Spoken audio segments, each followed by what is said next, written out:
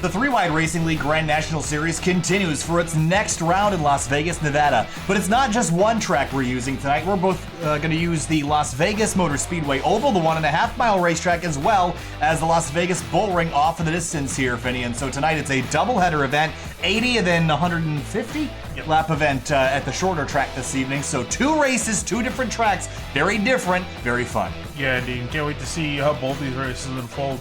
Two very different facilities, the high banks, relatively high banks, at Las Vegas here in comparison to the very small track that is the Bull Ring off of, I believe it's actually in that direction that we're looking in, just past turns 2 and you can see it right there. Yeah, there you go. You can see it right below the ticket. Right underneath the header there in the distance. That's the Bull Ring we'll be headed to. So everyone's going to finish this race. They're going to drive their cars on over out of the paddock, under the tunnel in the exit of turn 2 there, and then head right on over to the Bull Ring where we'll compete for a 150-lap race later this evening. So we'll head down to the racetrack for qualifying. It is just about underway.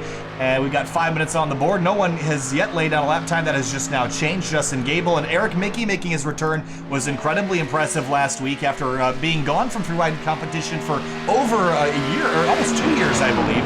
But he is back and with a vengeance here in this number 88 car. Was really strong at Texas, and I don't see why he won't be that way tonight in Las Vegas. Yeah, on the apron. I imagine most of the guys at least are going to be using that apron for qualifying here across the line for it. Get a Mickey. And they currently put him on pole for now as I say that Justin Gable immediately takes the spot away from him by 28 thousandths of a second. Across the line for Hagethorn, lap number 2 is at a 31.5, not good enough to improve. Corey Lindsay out on track, so is Chad Frankenfield, the number 15. Levi Zielinski is back as well. We also have a couple new drivers tonight that I was told are a father and son duo. And thanks to Levi Zielinski for letting us know about this. And looking down the order, if I can try to find the names, see them in that.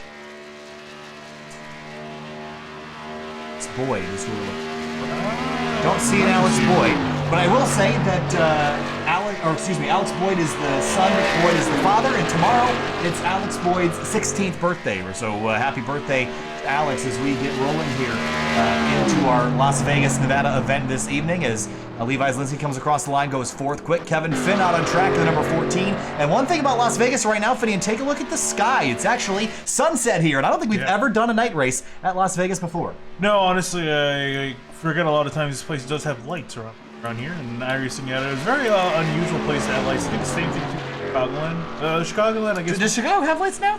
It does. I think. I know Vegas does now, which is good because we're going to. Yeah, Chicagoland they added too. I think when they gave Darlington lights. Really, I didn't know Darlington had lights. Yeah, it was like a really weird update when you wouldn't expect. But yeah, Vegas. It'll be interesting to see the lights come on here and get to see that both in the and So Josh Clark is out on track right now in his number 28 car, and as he heads down the back straightaway, that's not the graphic I wanted. I wanted this one. So he'll come on through out of turn number 4, lay down his first lap in his VT Pontiac Grand Prix. Across the line, a minute 15, he'll get a second lap in. And it's a 31.243. That's going to be good enough for, well, right there, 16th place. He'll go around for a second lap. But would expect to pick up on that second lap. It definitely would. I think, I guess maybe, with the way these guys are running, I think it's a little bit too much of a load on the tires. So I guess it's biting off 10, 200s here and there. So these guys running a little bit slower on their second laps. Out of turn number 4 comes Josh Clark to complete his lap. We've got just shy of 25 drivers in here. And Clark will come across the line. Will he go quicker? He will. A 31.158 jumps him up to 13th spot on the racetrack. I think you probably want a little bit better. Yeah. Lucerus in the 94 is the last driver to try and attempt to qualify. He's going to be currently situated in 16th place. He's definitely got enough time to at least make one more attempt to try to improve that time. Carlos Costa out on track as well, but he's already gone through 2 laps, I believe. He'll improve to 19th place. But at the top of the board, Nick Indelicato, no surprises there. Finney, he just continues to impress. Gable, Kolb, Mickey, Frankenfield, Levi Zielinski, looking like a pretty familiar top 6. The 54 car is Matt Grunberg did not qualify, just as he didn't last night in the super late model race where he ended up going out there and winning that. No surprises there. So qualifying is complete and Delicato on pole.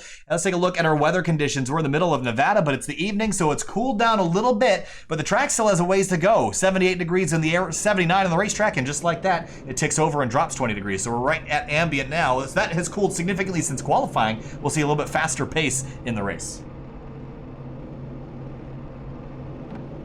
On the racetrack here, we'll take a look through our starting lineup on the front row this evening. We'll take a look here. Finney Nickendelicata from New York in his number 51 rolls off in the pole position alongside Justin Gable from Canada in the 13. Yeah, interesting seeing how those guys do get out for the top spot, as well as Justin Cobe in the 52 in third. Next to him in fourth, Eric Mickey in the 88. Back in row number 3, Chad Frankenfield in the 15 out of Pennsylvania. Levi Zielinski from Michigan rolls off in 6th place in his number 97. Moving on back to 7th place, Brendan Kluser was able to improve his time quite a bit up into the 4th row. Next to him, Drew Eisenman in 8th in the 77. In row number 5, in 9th place, Kevin Finn in the number 14, and Tanner Sharp starts 10th in his number 3 car. And moving on to 11th, it's going to be James Miller in the 09 from Canada. Next to him, Justin Dewar in 12th in the 32 car. In 13th place, it'll be Richard Hines in the 87, right alongside Josh Clark, the Virginia Tech Pontiac, in 14th. Back in 15th place is going to be Race Clark in the 22, and next to him, Corey Lindsay is going to be lining up in the 00 in 16th. In 17th place, it'll be Brett Miller in the number 89, and in 18th, Michael Goodman's number 44 starts 18th from Indiana.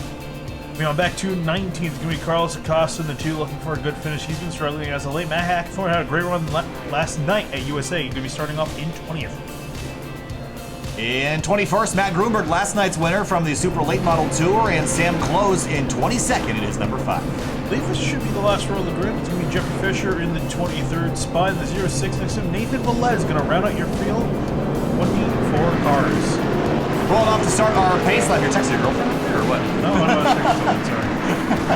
You're fired. I'm just kidding.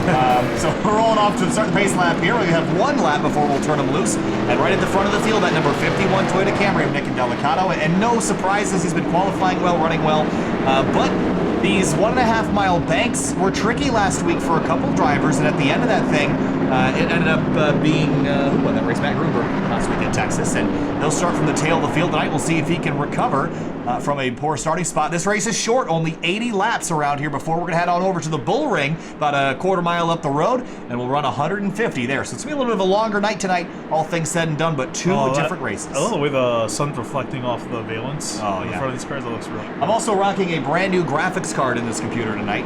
Really didn't change a whole lot in terms of iRacing, which wasn't a whole lot of a surprise. It was more for the aesthetic courses side of things. But if you notice any weirdness in terms of like any kind of lag spikes, this is literally my first test of this in a streaming environment. So we're just going to give it a go, see how it rolls. I got the 1070 behind me if I need to reinstall it, but I probably won't bother if it's cool. So here we go. Jumping to the green flag. It'll be 80 laps, about 41 minutes of racing. We got another one after this. Here we come out of turn number 4 with Nickendelicata in the 51.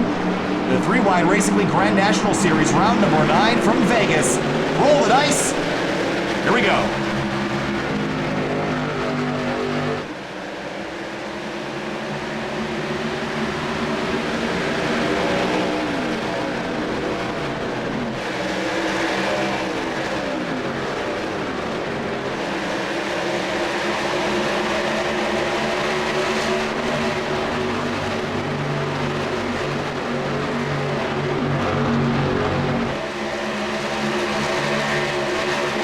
Lap 1 complete. Nickendelicata leads the way. For 3rd place, though, it's Frankenfield and Gable side by side. Frankenfield dives to the apron. You're going to see a lot of drivers try that tonight, Finney, and fair game, but you come back up on the racetrack and take somebody out. It's on you. Yeah, Frankenfield, a great start for him. Started in 5th, already up into 3rd, wasting no time trying to get to the front. Looking now at Kevin Finn, he's side by side, looking to get out for position.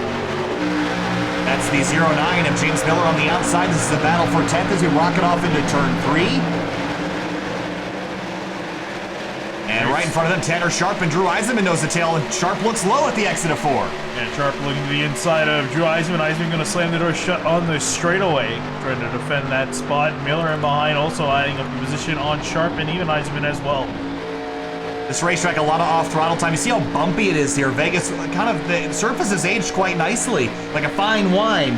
In a city of beer and hard liquor, but off into turn 3, you can see how much these cars move and buffet around. A little bit of a gap on the bottom of the racetrack. Miller stays in line behind the 3-car of Tanner Sharp, though. Yeah, I think it's going to be a decent amount of play in the lines as far as these guys, you know, different points of entry, different points of exit, and guys Also picking and choosing where they run middle of the corner. I think it'll be a little bit more single file at the beginning of this race, but you can see, by the way, just as guys are arcing through the corner, a lot of different driving styles at play at the moment.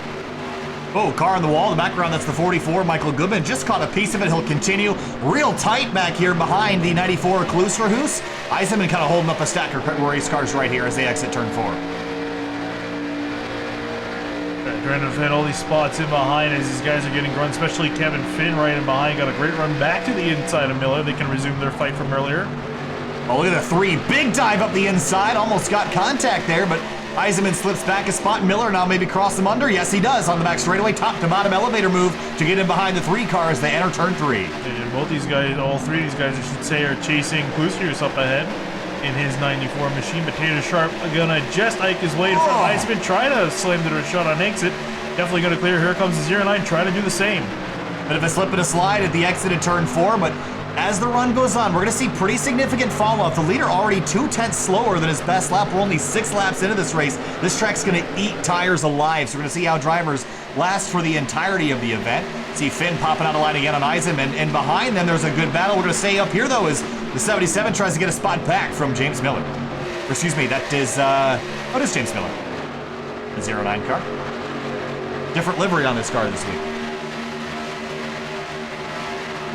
Up ahead of them, it looks like Eric Mickey's under attack from Levi Zielinski. Mickey, not a great start for him. He's only dropped back 1 spot, really hasn't made any forward progress.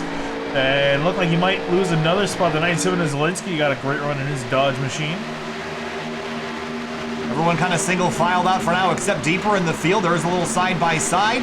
One of those cars, the 84, Matt Hackenthorne, goes to the bottom of the racetrack trying to get underneath Matt Grunberg. Grunberg started at the tail of the field back in 21st. Here he is up to 19th already, and his progress, as always, is slow now, but by the end of the race, this guy is going to be a contender, as he is every single week. Yeah, I think the worry for him is that this is a fairly short race by comparison. I mean, we were talking about Texas last week, another 1.5 miles.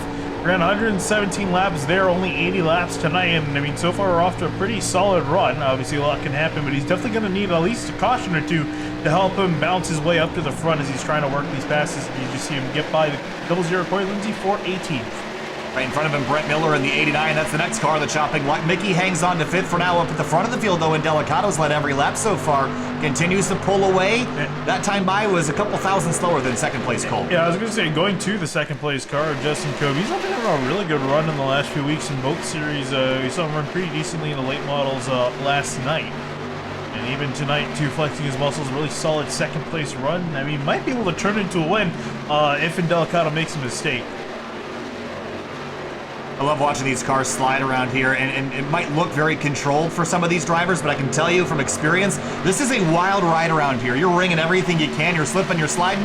Here's a fight for 14th. That's the 2 car of Acosta and the 22 of Race Clark. Ooh, and Acosta pinching the 22 down in the middle of the corner. Gotta be careful with that, but look at his hands.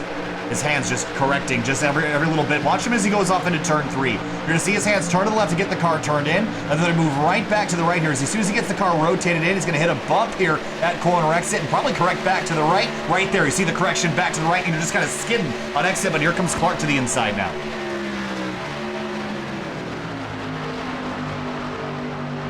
See if Clark is a little bit more successful with this movement to one this time by. Wasn't successful on the last attempt. Acosta trying to keep him at bay. They're on door-to-door at the exit of turn 2. Behind him, there's Hackathorn. I believe that's Dustin Dewar's 32 machine he's fighting with. As these two continue to run side by side, and pass complete for the 22 of Race Clark. Not quite. Acosta wants back, and now I think he's got him.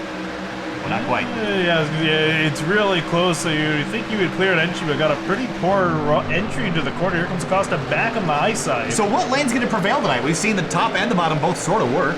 Yeah, if I was these guys, I would go for kind of the middle ground. Don't go completely to the bottom. You're really going to chew up your tires that way, but also you don't want to go completely to the top. It just doesn't seem like, at least at the moment, that groove's completely there. But this middle lane that Acosta's running, you're kind of getting the best of both worlds as far as entry into the corner and exit as well. And here comes Matt Grunberg to the bottom of the racetrack. Meanwhile, for second place, here's Chad Frankenfield and Justin Kolb and Gable, who started this race in second, trying to get back by. Look at the 15 step up the racetrack. Whoa. Real tight at the exit of turn 2.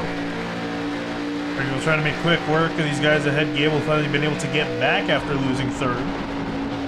Gotta retake that back from one of these two drivers, depending on who is going to be put back in third place. Let him turn down to the bottom of the racetrack through the center of the corner and gets a great run off, but nowhere to go. Will he take him 3 wide? I don't think that's wise, only 14 laps in.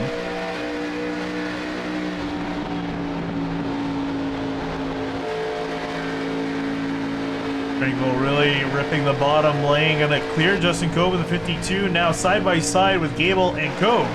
And there you see what this battle, this three-way battle for second place, Mickey's caught back up. Into the 4-car battle. There he goes to the inside of the 52 now. Not too far behind that is Levi Zielinski, who started 6th and stays there so far. He wants to get on by. Lap number 15 underway, and we're about 5 laps from the 1/4 mark of this race. That's how quickly things are going right now.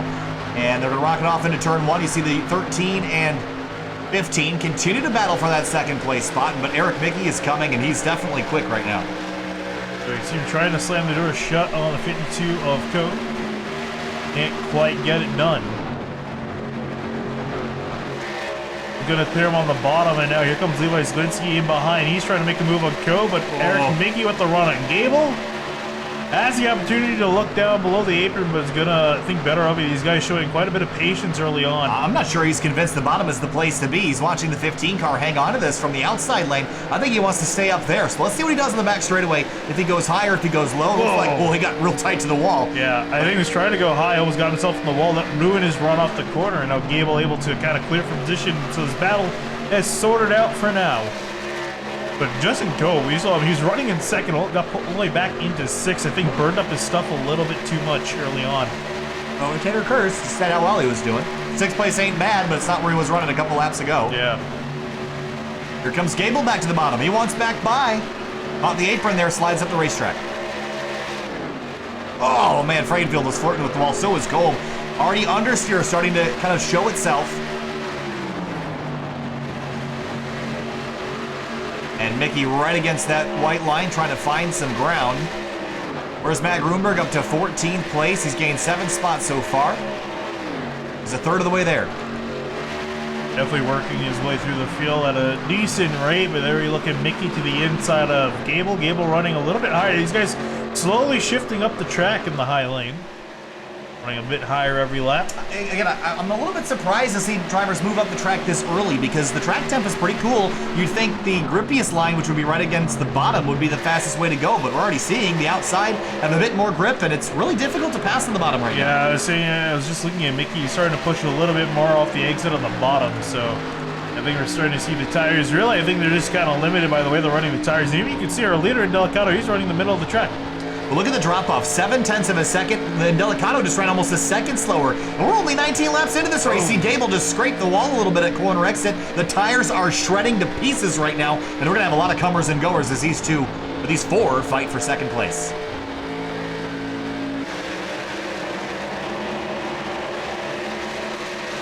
Get Gable all over the 15. Oh, it almost turned him on the front straightaway. I was gonna say, he really was all over him and hit him a little bit. They were clipping bumpers for a bit. Gotta be careful with that. Again, the new damage model, we can telescope right up underneath that rear bumper. I'm surprised we didn't see that happen there because, you know, they're turning on the front straight. I mean, when these guys hook like that, just a little bit of contact like that can hook a guy around, but able to keep it going. Ooh, I think Eisenman got a piece of the wall off of turn number 2. There's a couple different battles going on. We're going to keep you at the one towards the front, and Delicato's loving this driving away. He's 2.2 seconds up the road. He'd like to see this thing go green to the end as we get to the 1/4 mark of this race. How about 3 wide for second place for a moment?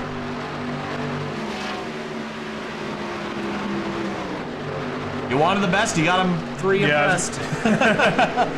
Almost 4 arrested in some cases. Oh, the really 13 hard hit into the wall. Yeah. Now we're 3 wide of the back straight. Oh, he's in it deep now. Yeah, it was in it the entire straight. Ooh, and I think Ulta Ford. Yeah, that was a pretty nasty hit there. I'm not going to go back and watch that just because it'll kick me out when I try, but that's a big hit for Gable and night over for him.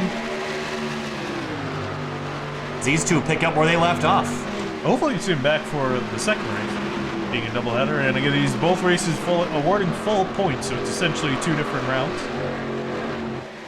It's going to be a bad day for him. He'll finish at best 23rd. Matt Hackathorn is 4 laps down. Not exactly sure why. He was in the pits for 2 minutes, or in his pit stall at least for 1.5 minutes, so something was going on with the 84. I am really interested in seeing, we saw him again, alluding to last night, we saw him run really well in the super late models. And I mean, the bull ring, you're going to a short track. I'm interested in seeing how he's going to perform there. And he was talking actually too in his interview. We were talking to him. He said he's really looking forward to Five Flags. So I think he's going to enjoy the shorter track. And we'll see if he can turn that into a solid top 5 as you look at Cove. Oh man, hard hitting to the wall. And you can really, I mean, between Gable and Cove, you can really see these guys struggling with the tires and especially the exits of these corners. Well, again, as we watch these guys continue to duke it out for effectively what is 8th, or not make that ninth spot right now with the 52 in it. The 6th place car is the 09, the Rockstar Energy car right here. Best lap by James Miller, or at least for James Miller this race, was a 31.2. We're 1.2 seconds off of that. The tires feel horrible right now. Understeer, oversteer, all the steer, none of the steer. You have no control over anything right now other than pointing the car in the right direction and hoping it goes there. Yeah, and looking quickly across the board, everyone's running about a second, 1.2 seconds off their best time. So really, the tires are not looking too hot. I'm sure these guys are going to be eyeing coming to pit road at around halfway. I don't think they want to be in these tires longer than they have to be. Levi Zielinski moving forward, and this is, I think, Levi was excited about changing into this car. It seems to really suit his driving style, especially at these bigger tracks. And he's dropped off about 1.1 seconds compared to Frankenfield last time was 1.4 of his best. So I think Levi's been kind of saving a little bit of tire, and he seems to be coming forward right now after starting his race in 6th spot. Yeah, and I mean, if he were to finish, currently in 4th, this would be his best finish of the season. His current best, says he, I think, got a piece of the wall into turn 1. The 7th place at Bristol, so looking to improve that. You can hardly even see in Delicato. Way off in the distance, that's that black speck in turns 3 and 4. That's the leader. His lead is now stagnated at about 2.5 seconds. There's the lead. Eric Mickey in 2nd. Justin Kolb, his slide backward has been the most extreme of anybody so far.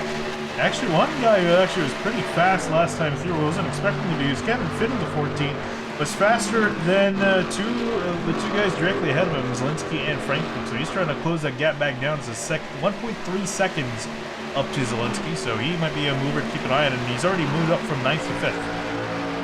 How about Josh Clark, 14th and 9th? Going up, make that 8th place now as he goes up 6 spots, and that will put Cole down 6 spots from where he started. Crossover, cross under, and they'll dogfight on the front straight here. Oh, that was tight. Yeah. Trying to keep Cole at bay, clearing for the spot. The damage on the right rear of that 52 from that wall contact. Yeah. That's a critical area of the car to make side force, and you need every bit you can get on this car. So that damage is certainly not insignificant.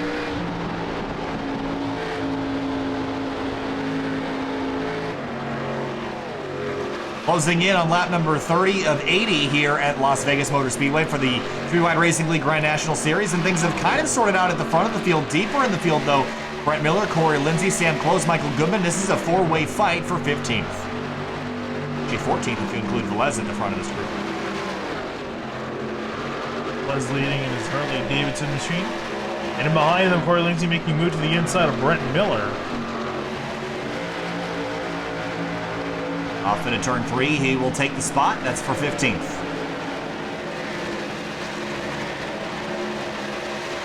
Here comes Sam Close in behind as well. So Miller looking to drop back 2 spots, potentially in a lap as Close is still trying to work the inside. And also the 44 Michael Goodman back in 18th. They're playing with fire there, and they come up back on the racetrack and get that close to the fenders of their opponents. Look at the 89. The 5 car got a little tight on the apron. Now the 89 gets tight. But looking up at the front of the field, though, Finney, and that lead has started to come down a little bit. Mickey just ran 0.2 better than in Delicato this time through. And Delicato runs a 32.3. Eric Mickey's going to run a 32.4, so the gap comes back up. Yeah, I was going to say, that was an unusually slow lap for Delicato. Ran a 32.5 last time through, now to 32.3. So it's kind of back on pace, more or less, where we'd expect this car to be. Actually, again, the driver who's actually fastest that last lap through is Kevin Finn in that 14. And he's brought that gap down from last time we were looking at him to the gap was 1.3 seconds to Zielinski. Now it's almost at 0.7. So he's really catching up to these guys ahead. He might be the guy up in 3rd, potentially even 2nd before this runs over. Well, Grunberg started in 21st place, and he is now up into 10th. 32 laps into this race, so his climb continues, and that's probably the car to watch. It's still a long ways back if it goes green, but if we get a caution, I think it's game. Oh yeah, I absolutely think. I think he definitely needs the caution though, because he's 8.5 seconds behind, and that's a pretty sizable gap. I mean, you even put him on fresh tires, and now it's easier to pass these guys because they're spread out into individual cars, but still, it's going to be difficult. Let's put it in perspective. Here's your leader, Nick Delicato. Matt Grunberg has just come into frame, and through he comes right there in the blue and white car. That is what 8.5 seconds looks like as we have a battle for 7th place. Car hits pit lane. It's Corey Lindsay. Early stop for him. Whoa! That's going to get real tight at the exit of 2. The rest of the field streams up, and behind you see James Miller maybe pulling to the left, perhaps signifying that he's hitting pit lane. Now he's up high. He's going to turn on down. I don't think he can. I was going to say, that would be a Ran really down off the apron. Yeah, I was going to say, that would be a very awkward entry coming all the way from the high lane down low. Oh, crossover. Here comes the 28 up the inside. Down below the 3 car of Tanner Sharp. And he's on through, not quite. And Sharp's going to fight on back on the outside here. Oh! Yeah, it was a little too much. Yeah, it was too aggressive on the exit. Now here comes Justin Cove in the 52 to get on by Sharp. And again, this is what I think been catching the guys off guard. They've just been getting on the gas too early and unfortunately meeting the wall on exit. So, lap 35 is complete, and Delicato has stretched his lead back out to 3.1 seconds. Mickey's back in 2nd place in the 88 car. His 2nd race back to 3-wide action, but Chad Frankenfield is starting to close in on him as well. Last time by ran just about 800ths quicker than that Bombshell Motorsports 88. I think I'm really interested in seeing this battle for 2nd because it's clearly looking like Delicato's going to check out from the rest of the field at this point. But Mickey, Frankfield, Zielinski, and Finn all pretty close together, all within about 1.5 seconds of each other. Tanner Sharp wants to get back by the 54. Grunberg takes a good run out of turn 4, but nowhere to go with it. He'll stay tucked in line, and now Grunberg's next victim is the 52 of Justin Kolb. And Kolb has had a struggle since the start of the race. Remember, he started in 3rd spot. He dropped to 9th, gained 1 spot back, now sits in 8th place. But this concerns me. We've seen this before with him dropping performance over the course of a run. 3 cars in the wall in the background. You see him kind of bounce off on a corner entry. He's going to come hit pit lane here, I would assume. Here he comes. Yeah, here he comes now. Pit stops beginning as we approach halfway. Green the entire way so far in this race. So Tanner Sharp will hit pit lane. But Delicato's leading this thing by 3.5 seconds. What's his strategy here? Did I just stay out to the end of the fuel tank? Yeah, I mean, I don't know, because these guys can go about 62 laps on a tank of gas. That's running a bit long. I would say maybe stay out until around lap 45, lap 50, and then come in, because I don't think you want to stay out too long. Because remember, the fall off is quite a bit, and I don't think he wants to put himself in a position where he has to pass these guys back on the track, just in case the caution comes out later and you get put in behind these guys. So if I was him, I would come in maybe lap 45. There's Dustin Dewar in the 32 car. We haven't really talked about him yet tonight. Started in 12th, and he's been kind of mired back in this 12th to 15th position. But now he's started to come forward as driver's pit, and right on the tailpipes as he gets the wall on the straightaway. We've seen a couple cars get stuck on. Yeah, he was kind of hung up on it there for a second. Is there any damage to this car? Yeah, a bit on the right front and on the door as well. Oh, yeah. So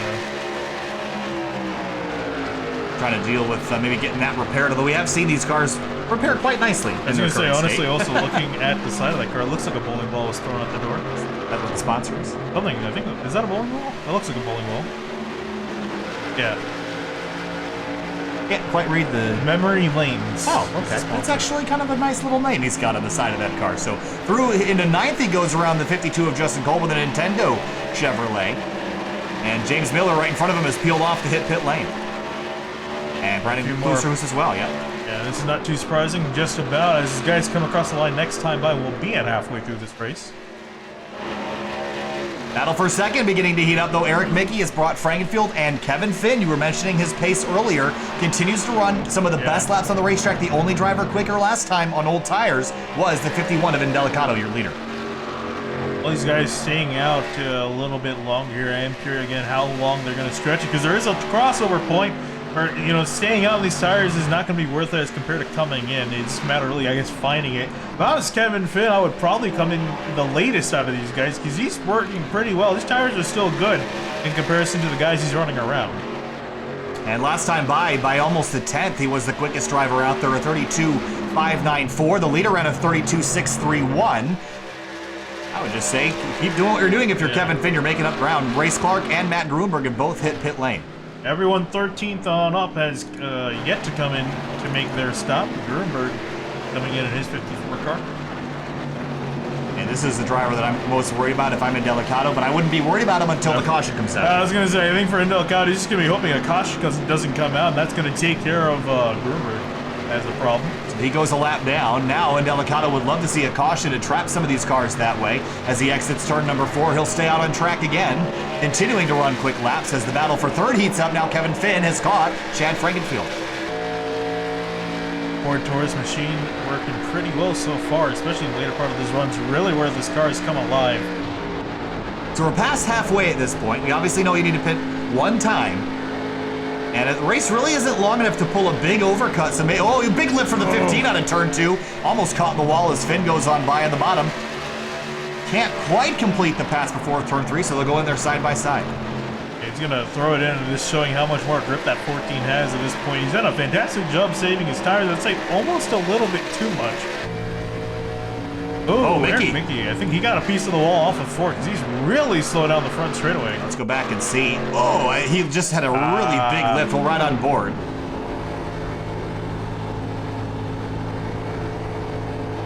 Tight. Oh, just a little scrape. He knew it was coming, so he was able to get off throttle, but... I was going to say, you did a good job preventing damage to that car. I think he's got maybe a little bit of scrape, if not anything. Kevin Finn up in his second place on the track, and now here comes Frankville and Mickey down on pit road. They both come on down. Mickey going to try to close the gap into the braking zone for pit lane. Looks like all but about 8 of our drivers have come to pit lane. Nick Delicado continues to lead. Now is his hand forced? Does he have to come soon? Or can he stay out a little bit longer? What does he have left to work with? I mean, honestly, I would just come in probably around now. If you stay out too long, especially considering a lot of the guys running directly behind you have come in, they have a chance of catching up to you, considering that these guys are still running about a second and a half slower, but now he's going to come on in, covering his bases. Leader is in, and Kevin Finn will follow as well. So does Levi Zielinski. Nathan Velez is going to stay out on the racetrack. No, he's going to come as well. And that will leave 2 car of Acosta to go blowing on by, but Acosta's already come and hit pit lane. There's a few cars left on track. Michael Goodman going to come through the start-finish line, but wasn't able to lead a lap. Yeah, he now is inherited the lead just past Delicado on pit road. Interesting to see how long the 44 is going to stay out. This race has looked very natural so far. A lot of green flag racing. No cautions to slow the progress yet so far. Remember, this is a doubleheader event, so at the conclusion of this 80-lap race, we had a quarter mile to the Las Vegas Bull Ring where we're going to do a 150-lap short track race. So we're not done yet. This is for position, by the way. How about Josh Clark and Chad Frankenfield going at it right behind the 84 of Hackathorn, who continues to run 3 laps down. Yeah, Mickey is back in behind quite a ways. Not sure why is there... Oh, look at this mess. A lot of cars at the exit of turn 2. Yeah, there's Kevin Finn and Zielinski, and they're just falling back due to just pitting a lap or 2 later. I'm still not sure what happened to Eric Mickey if their pit stops.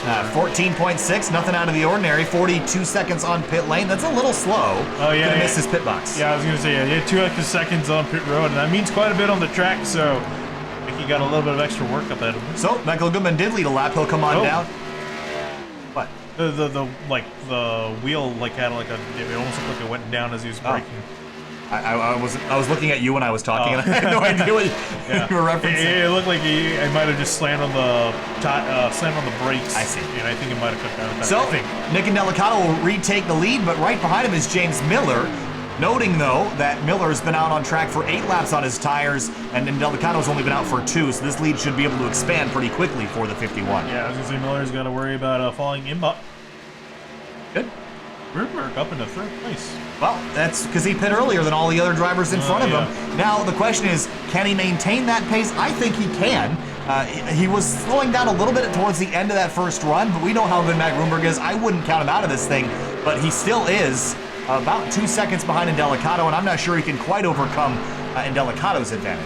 Yeah. Yeah, I was going to say, considering, too, again, Indocato's got the fresher tires to work with by a decent amount. I think almost 7 to 8 laps, I think, is the difference, which is quite a bit. So, if anything, that gap's only going to expand. But Grunberg's probably, I mean, I'm a bit surprised that he went up to 3rd with that call. I expect he might be able to maintain there. Again, he's got some decently fast guys in behind him in there. They go on by Corey Lindsay, who's the first driver in the entire field to make it down pit road.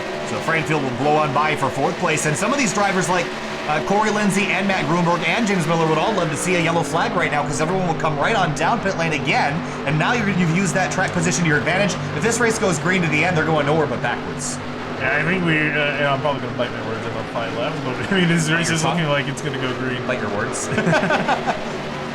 Josh Clark and Race Clark nose to tail now, the 28 and 22. I'm so interested in this doubleheader because I think this is the first doubleheader we've ever done other than the dirt races last year where we switched tracks for the second round of the night. Yeah. So totally different thing, short track racing versus the speedway racing. Could definitely prefer some drivers. I think Hackathorn will do really well in that second race like you were talking about earlier. Here comes Kevin Finn with a huge head of steam up the inside.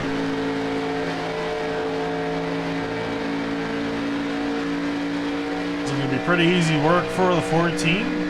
Been taking care of his stuff, has also got a tire advantage to the inside of the 22 Race Clark. Here comes Eric Mickey. Mickey is on a charge forward right now in the 7th spot. Last time by ran a 31.2, should bring him forward as the night continues. Less than 30 laps to go, and Delicato's lead expanded last time by half a second a lap and over Matt Grunberg by 0.3 a lap. So he's in a good spot to pretty much lead this entire race.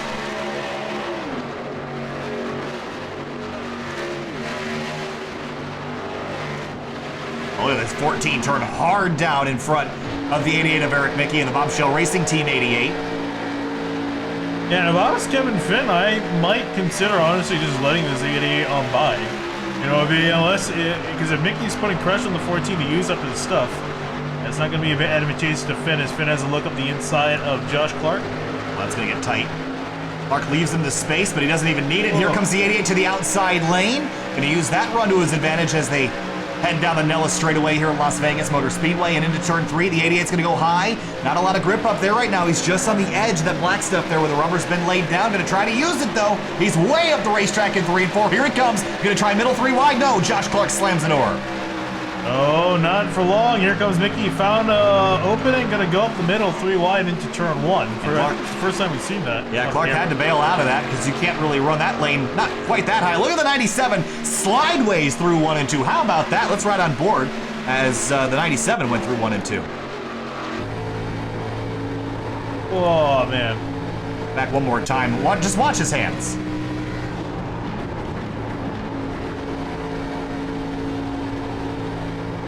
Oh man, it looks so minor, but in the race car, that's a wild experience. Well, that's a good thing though. You don't want to be making big inputs, otherwise you're gonna get a face full of wall. So you gotta have small inputs like that to control the car. And speaking of control, Mickey trying to keep that car under control on the bottom. Trying to work past Kevin Finn, who's making his life a little hard working that outside lane. Eric Mickey right now, I think, is the only driver that's got the pace to work his way up into the podium from where he is right now. Side by side at a turn 4. This is the battle for a 5th place position.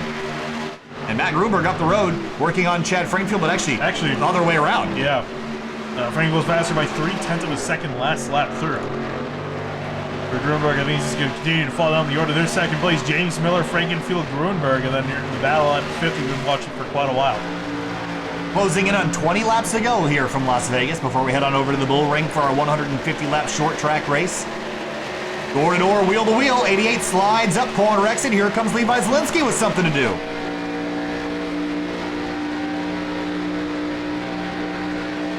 He's just trying to pick which lane he wants to go with. You're kind of at that point. The inside lane's good. The outside lane's also kind of good. I think the outside lane's really good for defending right now, but I'm not sure that you can really make a pass up there without getting a really solid run or having a lot better tire. You see the 14 do a great job doing it there. I was going to say, I think you're really going to just have to hope that you get a situation like we saw with Mickey and the inside lane just gets choked up on exit or makes a mistake on exit. They can really take an advantage of the run. Speaking of a run, here comes the 97 trying to find a way around, but Mickey defending pretty hard for this position. Surprised we haven't seen any of those turn 1 incidents like we saw at Kansas with Outside Racing League a couple weeks ago, where it come up off the apron and sweep up to the outside wall. That was a common problem there. I haven't seen that today, even with how aggressive drivers have been using that apron on the front straight. Yeah, I think it has a bit to do with the package. You know, those guys staying close together for quite a while. For these guys, you know, they had a chance at the beginning of the race, and we saw guys think about it, whether, you know, very level-headed so far. Using that apron very sparingly. You see Zielinski trying to use well, Zielinski's not using it sparingly. Yeah, at this point, 20 laps to go, you know, I would say go for it. But in the first half of the race, use it with a bit of caution in mind, especially going 3 wide into the corner. So you see the 84 Hackathorn leaving pit road at the bottom of your frame a moment ago, as Zielinski wants by Eric Mickey. We just saw also at the top of 1 and 2 some marbles forming up there as well.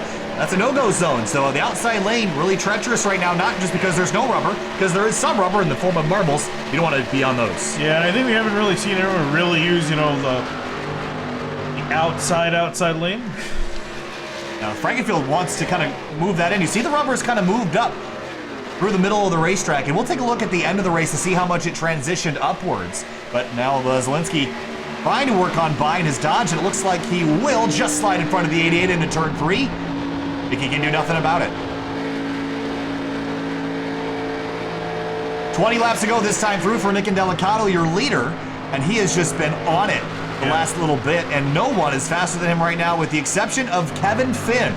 He's been clicking off good laps, but he needs track position, still 7.5 seconds behind, needs a caution. Yeah, I was going to say, yeah, I don't really think he needs caution. He just needs his race to actually finish out. I think he's been a better spot if this race goes green. He's currently 4 to 5 tenths faster than Grunberg based on their last lap times. Yeah, here he comes, closing big time on the 54. You can see visually on the entry of the corner, Grunberg is really slow. And that's just from him pitting a lot earlier than these guys. And here comes Kevin Finn on the bottom. Grunberg, I don't think he's going to fight it. He knows that he's at a disadvantage. Off into turn 1, the 14 hugs the inside lane and bouncing over the bumps in the very violent and worn out turns 1 and 2 here at Las Vegas. There is third place James Miller, who is the next victim for the 14 of Kevin Finn. Then it's another 1.8 seconds to Chad Frankenfield in the bright yellow number 15 Pontiac. 18 laps ago this time through for Nick Indelicato. And I think for Finn, he wants this race to go green to get at least third, maybe even second. I don't think he can get to the lead from here, though. But let's keep an eye. 31.9, that was slower than Indelicato, but he was passing a car. We'll see if he can run better this time through. Yeah, I don't think he's got a shy at getting the lead, especially considering the gap between first and second is over 5 seconds at this point with 18 laps to go. I think he's even if he can get back up to second place, because Frankville ran similar lap times to him last time through. Brandon Finn was making a pass, so haven't really been able to see the 14's true pace. Here comes Zielinski also trying to chase down the 14 as well as he goes up the inside of Grunberg. And Zielinski's really had a solid race. You mentioned his best finish was a 7th? Yes. Or 4th, right? One of the two numbers. No, it was a 7th place at Bristol 2 rounds ago. So maybe he's a short track guy looking forward to the bull ring maybe in just about 15 minutes. That's going to be a fun one to see Levi Zielinski battle out there. I mean, he's looking early as he gets by Miller, looking at 4th place, which again, really solid, finishing his first top 5 of the season. Delicato, though, think back to Lime Rock Park a couple weeks ago. Absolutely dominated that night at the road courses. Our next road course, I think, is actually Montreal, is it not, in a couple weeks? They got a really interesting schedule coming up. It's Iowa, then we head to Montreal, and then we head to Watkins Glen in June. So there's a couple more road tracks, and for Indelicato, in terms of the points, I'm liking the schedule for Nick. I mean, he's doing a really good job. Yeah, and he's currently sitting 30 points back from Grunberg, so this is going to be a decent points haul for him because Grunberg's looking to finish, at best, currently 5th. Still got Eric Mickey that might potentially work on by Grunberg, so that might put him back to 6th, though. Especially considering Delicato's been dominating the race, he's going to pick up all the bonus points. The problem is to come out of this with a net positive tonight, he needs to finish right next to or in front of Matt Grunberg in the second race of the night at the Bull Ring. I'm not confident that he can beat Matt Grunberg at the short track stuff. No, I think he's definitely a better speedway and road course driver than he is at the short track ovals. We are just at the cusp of being halfway through the season with the Grand National Series, so there's still quite a bit of time left, but again, this is just gets him more back into that picture as he was looking a little bit out in the last few weeks compared to Grunberg's really solid pace, but now trying to swing the pendulum back in his favor.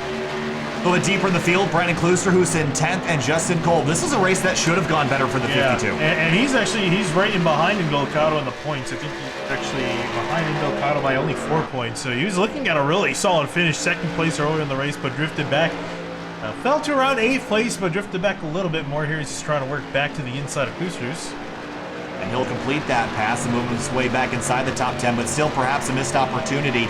With how good he has been running, I don't think he's going to be thrilled with a 10th place. I think, if we had some caution in this race, I think that would have played out to the 52's favor. He seems to be much better on the short run compared to some of these other drivers. It's a beautiful sunset off turn 1. Yeah, it is. And Las Vegas sunset's always pretty, but by the time we head into the bull ring, it's going to be very dark outside. We'll go I guess it's Monday night short track racing as we head down to 12 laps to go now with the 51 leading. How about Eric Mickey? This is a scrap for 6th place. Miller, Mickey, and Josh Clark.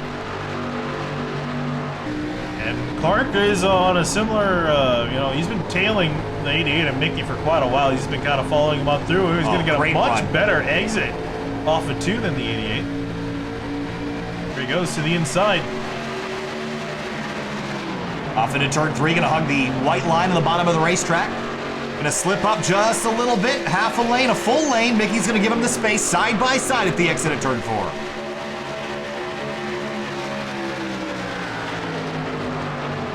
A scrap in front of him as well. Some mixed lap traffic and lead lap traffic. A lot to work through. Matt Gruenberg's in this. The next car on the chopping block for the 09 and for the 88 or the 28, whoever comes out in front of this. But this guy's very even on pace, and I'm sure Gruberg's loving this because he's hoping these guys fight out because they're, again, faster cars than him at the moment. See the 28 trying to slide up in front of Eric Mickey. Not quite. He has to give him the space. Oh, they touch! Out of turn 4, just a slight touch. That's a hello, I'm still here. Side by side across the start-finish line, 10 laps to go. Oh, the 28's going to crowd him up the racetrack. I'm not sure if he meant to do that or just turned in a little bit late. Whoa. Oh, they touch more! The 88 slides up the racetrack all the way to the wall at the exit of turn 2. He's hit it hard and loses all that ground he had just worked on. Yeah, I think it was a little bit of frustration out of both of them. I think Clark is trying to enter a little bit higher into the corner. Keeps the 88 up there, and you see here, he's going to turn the car down, try to gas it up to get ahead, and Mickey clips him just a little bit in the right mirror. Yeah, it's a wild onboard here for 88. Watch the hands. It's so frustrating. You have to make that big lift. He had to do that earlier in the race to avoid hitting the wall in turn 4. 77's gotten into the fence right in front. He's a lap down to the leaders. They'll let a few of them on by. There goes the 09 of Miller and Josh Clark on through. Yeah, it's not been a particularly good night for the drive. So, been back in 21st. With about 7 laps to go, we have seen a distinct lack of accidents and carnage. Are we going to make up for it all at the bull ring? Yeah, absolutely. I was driving a little bit there because I just started owning the track about a few hours ago. Me too. You bought it for me. Yeah, so, just looking at it, the nature of the corners are very small. It's almost similar to Martinsville in a way. They're very tight corners, which kind of leads to a lot of, guys think sending it into the corner. So I think we might see a lot of accidents like that. Oh, I love that place. It's got rumble strips. Yeah. Josh Clark now working over James Miller for 6th place. And right in front, there's the 54, the blue and white car. That is another position if they can just get on through. They're running out of laps to catch him, though. Good run for the 28 off of turn 2. Yeah, I was going to say, I think he might make some easy work here of the 09 of Miller. Actually, as I say, that Miller comes back over to defend, but Clark trying to set it to the that was inside kind of a Miller. half defense there. Ooh, almost got to the rear bumper. We've seen these cars get the rear tires lifted up off the ground, and both will live to see another day. They come now this time to 5 laps to go as Indelicato works his way through turn number 2. And he really needs a lot to take it away. I mean, even if we get a caution at this point, now we're looking at a green-white checker. So we're definitely not going to get a decent run to the end of the race. It's going to be a very short run if a caution does come out. It might be between these two guys here, the way they're battling. Pontiac Grand Prix of the Virginia Tech car right behind. Charging up to the inside. He's just able to keep the car hooked to the bottom of the racetrack on the exit of 4. Gonna go 3 wide with some lap traffic. The 28 gets forced to the apron. Will the 09 let him back up on track? Yes, he will, but not a lot. They touch, they slip, they slide, and around goes the 09 hard into the wall. In turn number 1, slams the safer barrier, and the caution is out.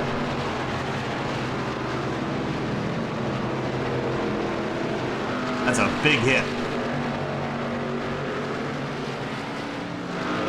Getting your calculator out? No, I was trying to look at something. Go back, take a look at this incident. We were overdue. Oh, man. Gnarly hit.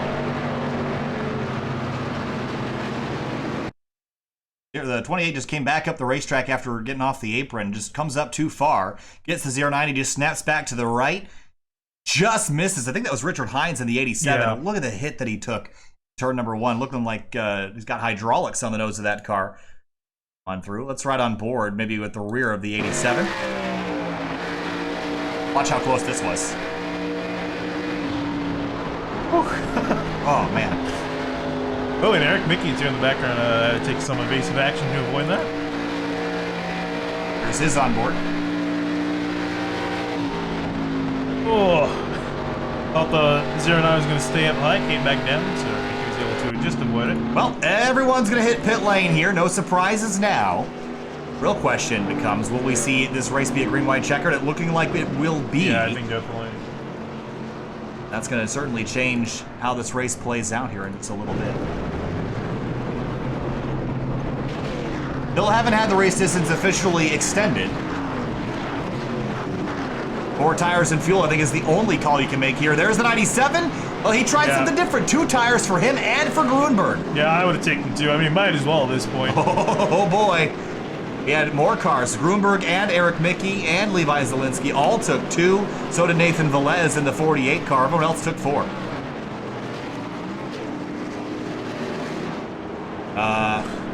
I think that's the 09 of Miller. I think you're not wrong. I would imagine that's him because he should be the only car with that significant damage. Yeah. Well, he's currently the race leader.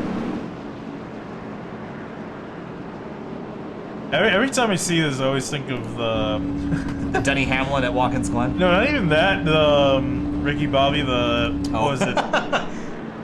This sticker sure is dangerous and inconvenient. Oh, the sticker is dangerous and inconvenient, but sure, I sure do love fig nudes or something. Yeah, it was fig nudes that he had. I was trying to think of the sponsor that he had.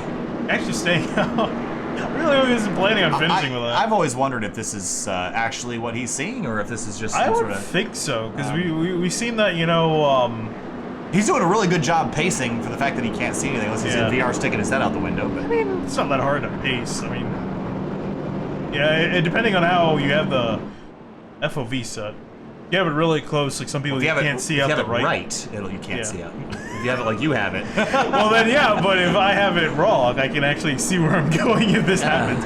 Which I haven't driven this car enough to see that happen. So I just got triple screens for all of that don't know, and I was just playing with them the other day. You can't see anything out of the Global MX-5 car in triples. Like the rear view mirror is so high up that when you have your field of view calculated, you can't even. The rear view is like literally like you have a sliver of it at the top of the screen. You are as blind as a bat unless you turn on the virtual mirror. So it's not a fun time, but triples is fun. Triples are fun. Well, we got everyone warm up their tires for a late race restart. The race has been officially extended, so it is our first green-white checker. I have to imagine we're going to get a restart here with 2 laps to go, and again, this kind of extends the race a little bit. So I think we're going to maybe tear up some more race cars at the end and maybe bring some of that heated discussion into the short track racing. And there they don't do a lot of talking, they do a lot of hitting and banging. So. He isn't coming in. Which I'm amazed, because I feel like this would be required. You're getting, you know, the meatball flag, right? I feel like meatballs are a lot more rare in oval racing than they are in road racing, are they not? I mean, depending on the damage you get, I imagine they have it, you know, set if you damage that part of the car, you're gonna come on down. But I guess not. He's gonna stay out there. Oh boy! Concerned. Well, I have to imagine that he can see because I don't think he would do this. I would hope he can see. I don't know. All right, well, it looks a little ridiculous, but we're going to go back green here. I think Groomer is saying a bit of an uh-oh to himself because he's starting in right behind. Well, actually, that's his teammate, so, you know. I don't know if that does you any good. I mean, I think he's hoping that his teammate's going to at least let him on by, and then, you know, what happens in behind, you know, oh well. That's the hope. But even then, even if that does happen, Zelensky's going to be starting in the. He's just going to gas and go as soon as he sees the green. All right, we're going to turn him loose here for the final 2 laps of this race. Then we're going to bring over whatever cars aren't mangled and go racing again at the bull ring for a 150 lap event. Rolling through turns 3 and 4, the FR 500 pace car is going to peel off the racetrack and leave the field in the hands of James Miller, the driver who is just buried in the safer barrier in turns 1 and 2 a few laps ago. He's going to give it a go to try to snag a victory here. Not sure how that's going to go. He's going to give it a shot. Exit of turn 4, 2 laps left for the 3-Wide Racing League Grand National Series from Las Vegas Motor Speedway. Green flag back in the air, 2 to go from Vegas.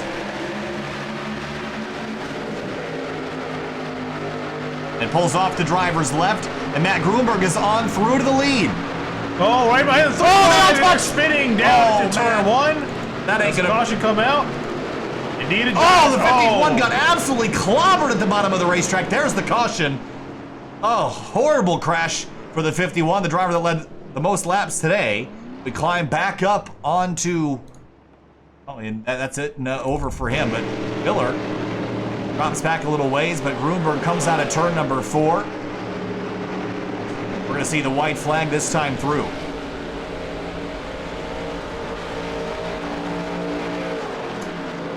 Final lap for Matt Grunberg. 1 attempt at a green-white checkered. It is over. I don't know how he does it.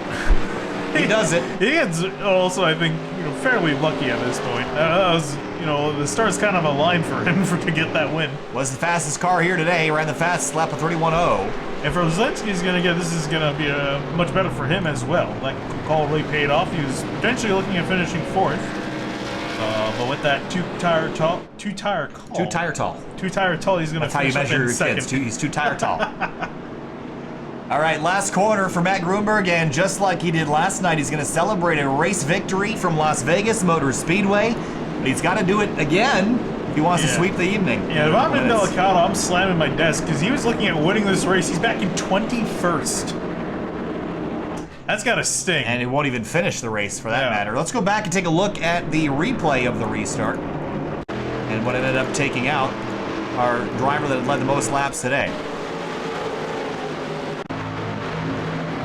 The 51 was kind of in the middle of a sandwich. He got, I'm not sure if it was the 28 or the 88 that... Oh, he got absolutely obliterated by the 00.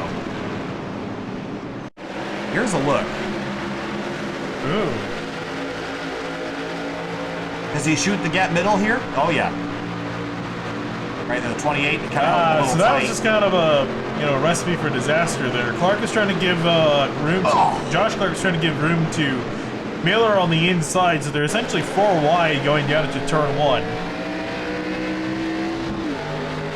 There's too many cars in one place looking, riding on board with the 00 of Corey Lindsay now. This is gonna hurt. Couldn't see through the smoke. Oh, that's a nasty hit. Drove away with that car looking severely destroyed. Matt Grunberg on the front straightaway burns it down. Victorious from Las Vegas.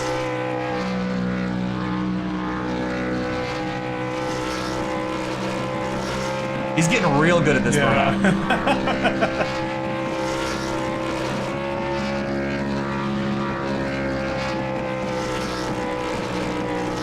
And into the Legend Zone. It's almost, you can predict it now. He's gotten that good. And ends it. Here's a look at your race results before we jump to break for a couple minutes. We're going to do interviews after the second event at the Bull Ring here. We're going to head on over to join that race up, and we'll talk to you in a few minutes. But one last look down the order for the 51 of Nick and Delicado. He's got some scores to settle in race number 2 of the night, which will happen just about a quarter mile away at the Las Vegas Bull Ring. We'll see you there in a few minutes. Stay with us. We'll be right back.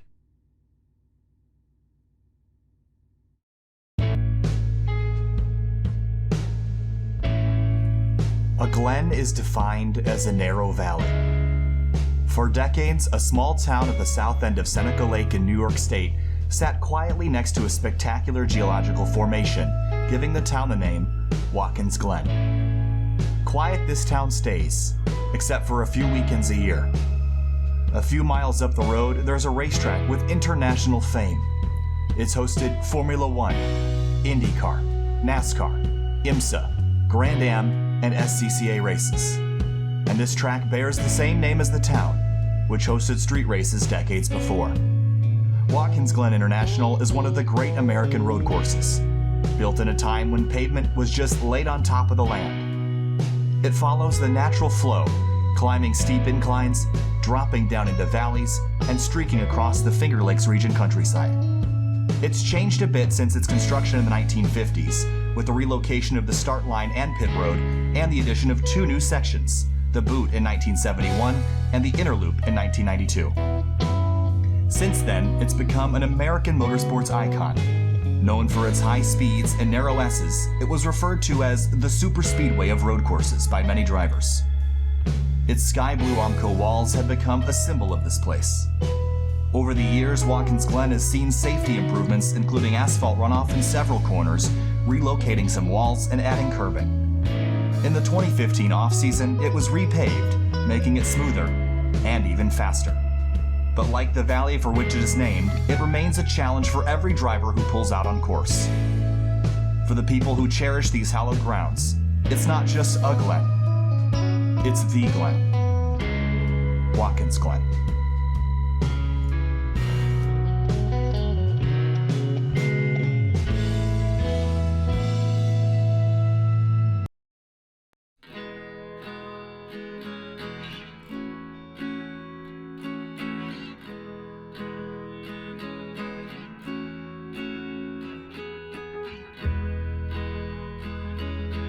In the heart of Virginia, there's a stretch of pavement that has ingrained itself in American racing history. Built in 1957 with just a bulldozer and a plot of land, Virginia International Raceway has become an icon.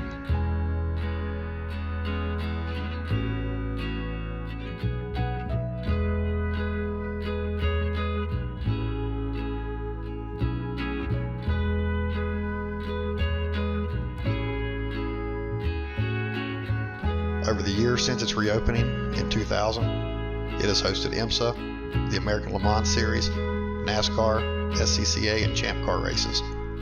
Legends have raced there, including Roger Penske, Mark Donohue, Richard Petty, Hurley Haywood, Dan Gurney, and more. Between turns 11 and 12 stood a defining feature, an old oak tree. This tree stood untouched, shading the south end of the course for decades. For some, Oak Tree became a symbol of VIR and a reminder of how road courses used to be built.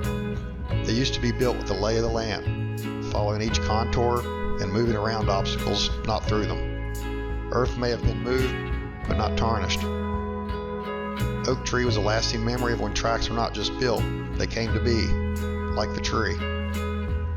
Although Oak Tree no longer stands, nor does Hog Pen turn 17, the corners both still bear the name of what used to exist, and the track stays unchanged the way it was meant to be, with the lay of the land, for the land. Maybe that's why Paul Newman called it heaven on earth.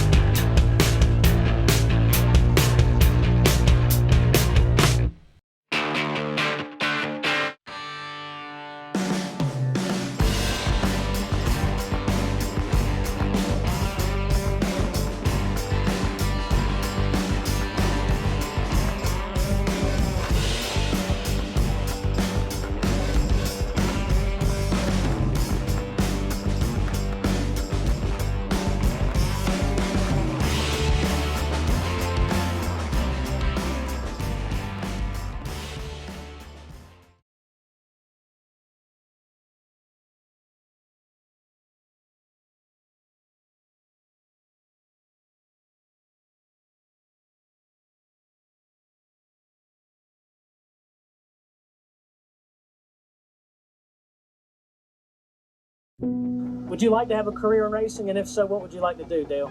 Well, I want to be a race car driver someday. That's, it's all I've ever known, racing.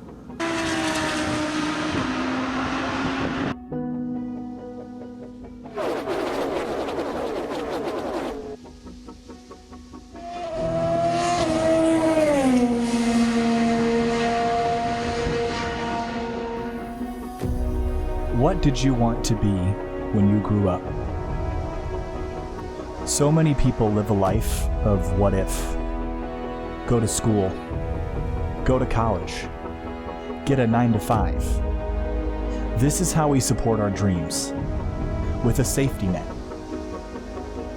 Because we're unsure about taking a leap of faith. Because we're afraid. As we grow, we cross things off our list of dreams. We cut them down, make them realistic. Having control of things is reassuring. But for some, the rush of being out of control is what gives them life. Some say racing cars is reckless. Maybe they're right. Out of bounds isn't just cheating, it's cheating death. Football fields made up in seconds. Decisions made in instants. For the people that climb behind the wheel of these cars, they're not driving it. They become part of it. It's an extension of the body. As a child, I looked up to these people, faces hidden by helmets. The less you saw of the driver, the more believable it became that they were, in fact, just part of the machine. It's easy to forget that inside the cockpit is someone just like us, but with the mindset that fear is a motivation, not a barrier. But the reality is, race car drivers are not like us. They never cross anything off their list of dreams. They just keep writing more. Daytona. This is the finish of the Daytona 500. Side by side. Le Mans. Indianapolis.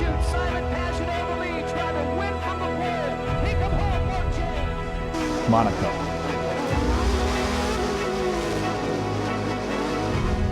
Places that used to be just places, now international symbols of victory. To those that enjoy the spectacle of racing, the 2 feet of concrete and steel cables are a wall between us and them, between sitting in the grandstands and standing in victory lane. These same walls are a stark, immovable reminder that racing drivers put their lives on the line for the sake of the thrill and entertainment. Despite the risk,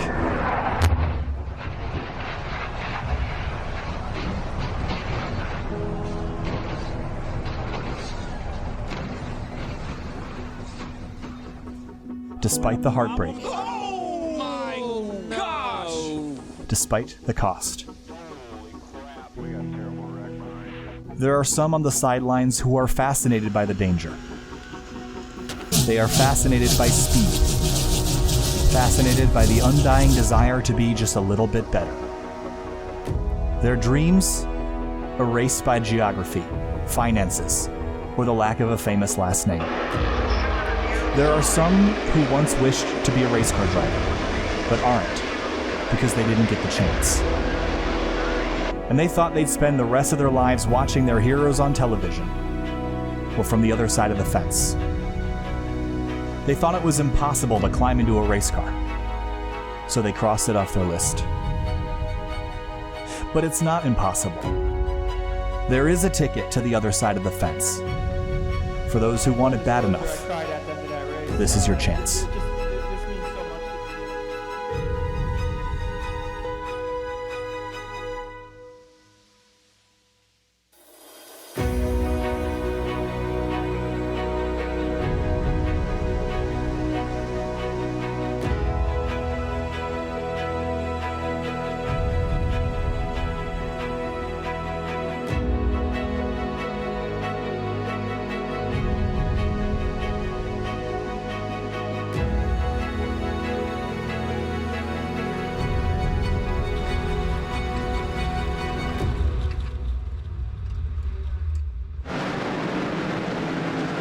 Reigning 2019 NASCAR champion Kyle Busch started his career in Las Vegas, Nevada at this very racetrack. Welcome to the Las Vegas Bull Ring, a tiny little bull ring of action here tonight for the second event for the 3-Wide Racing League Grand National Series round number 9 from Las Vegas, Nevada. Welcome back to Sim TV. My name is Kyle Heyer, joined by Finian DeCuna. And Finian, this is the first time we've ever come here for Sim TV, a tight little short track after we had a wild ending to the first race of the night. I'm not sure we're done seeing drivers get into it on and off of the track. Yeah, and especially I think some guys like Indelicato are going to be looking for some redemption after he led, I think, probably 75 laps of the 82 we completed in the last race, and ended up finishing back in 21st after leading for a majority of the day. So that, oh, even the entire crowd's... Well, I know the fumes were bad at racetracks. I didn't know they would cover everybody in soot, but I don't think the environmentalists are thrilled with this. Well, there goes the 77 up underneath. Someone needs to test this game. Oh, Jesus. It looks like everyone's made out of charcoal. Oh, man. Oh, and it's I wonder... I should go back to the starter cam. It's just isn't me. Oh. I didn't bother putting a camera because I didn't think they would have bothered. Yeah, what is that? There's no other camera. That's the track. That's big. That's Las Vegas Motor Speedway. I can't see it? Hold on. I don't put a camera on there. Okay, give me a second. I mean, you might as well move the starter cam to have a better look at it. Oh, wow. There you go. That's pretty cool. Yeah, I assume they didn't light it up because I feel like at some other places they don't bother, so that looks pretty good. Oh, and Eisman's really struggling over there. So, now we'll get kind of back on top and get back into our professional mode here as if we kind of laugh at the... I just wonder if that's just a me thing with the new graphics card, if there's something that's not right, or if it's an iRacing thing. That's definitely an iRacing thing. I didn't test this track out at night, just during the day. Didn't think it would matter. Well, there's Matt Hagethorn, and I would expect him to be really good here, as he was last night in the Super Late Model Tour at USA International Speedway. That track was even longer than this one. We'll see if he can use his short track prowess. How about James Miller? Ended the race kind of in wild fashion earlier tonight after getting smashed into the wall in turn number 1. Currently quickest in practice, about to line up for qualifying for the second race of the night. Lost a few drivers from the last race, but the majority of the field, especially the heavy hitters, all here ready to go racing for 150 laps around the bull ring. This is where Kyle Busch started his career running Legends cars around this racetrack. The bright red number 4 car is why they use the number 4 at KBM on the truck, just in case you were wondering. He and his brother shared a car for a long time, and both Kyle and Kurt learned how to work on it themselves. And little known fact, Kyle Busch actually finished his high school senior year in the summer before he would have taken his senior year of high school, just so that he could get to racing quicker, which is really something I don't think a lot of people know about Kyle Busch. Literally did his last year of high school early so that he could get back out there on the racetrack and dedicate his full time to racing action. So practice almost complete, and one of the unique features about this particular racetrack, we look from high above, the curved back straightaway. Yeah, I was talking to you about this before we went back live, is that essentially this place, at least layout-wise, is like a reverse Richmond. Doesn't really drive like Richmond all that much, in some similar ways, but a slightly curved back straightaway, and obviously just a little bit shorter than Richmond. Also, everyone in the parking lot has a very similar taste in vehicle color as well.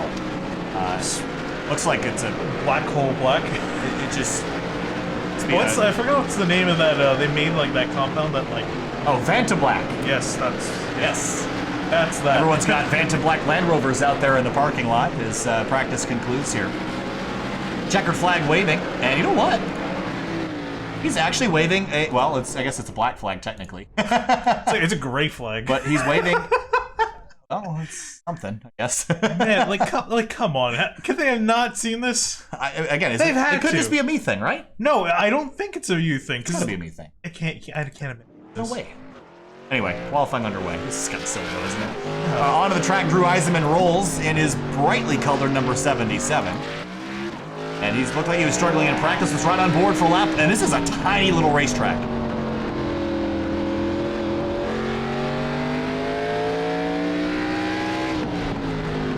You're barely getting on throttle here. Most of the lap is off throttle.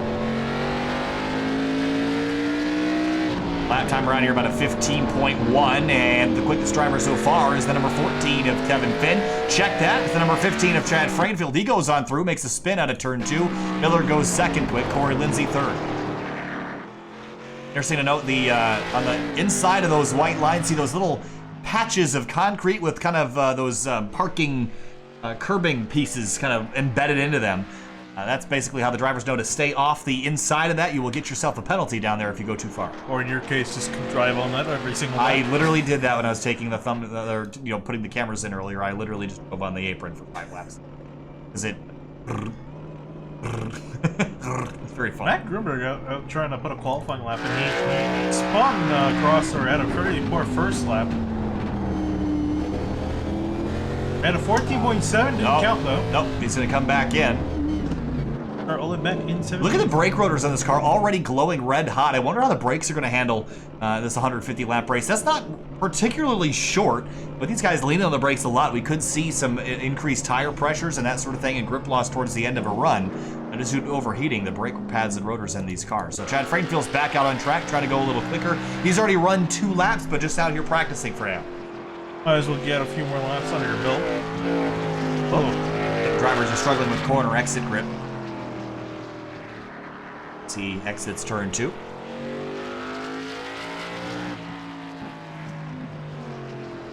Tiny little racetrack. No wonder why they call it the Bull Ring. But I want to know what the go-kart track is out there on the top right of the screen. There's a lot of nifty little things. I mean, there's so many different types of tracks in the Las Vegas Motor complex. It really is referred to as a complex because. So there's a karting track you can see there off to the right of your screen. Right behind, from the back straight, you can see a little bit of a piece of it. Is apparently a 2.4 mile road course with a bunch of different configurations.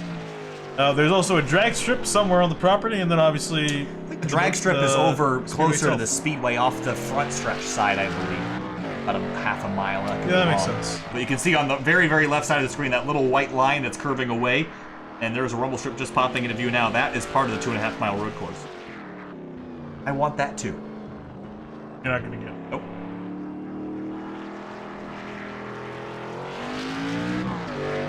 But Frankfield's going to come back around and continue running laps. We only have 19 drivers for this, so we're down a few from earlier.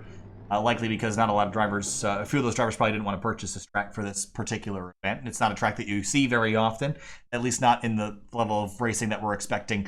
There again is the Las Vegas Motor Speedway off in the distance. Also, I love our nation's colors, gray, green, gray.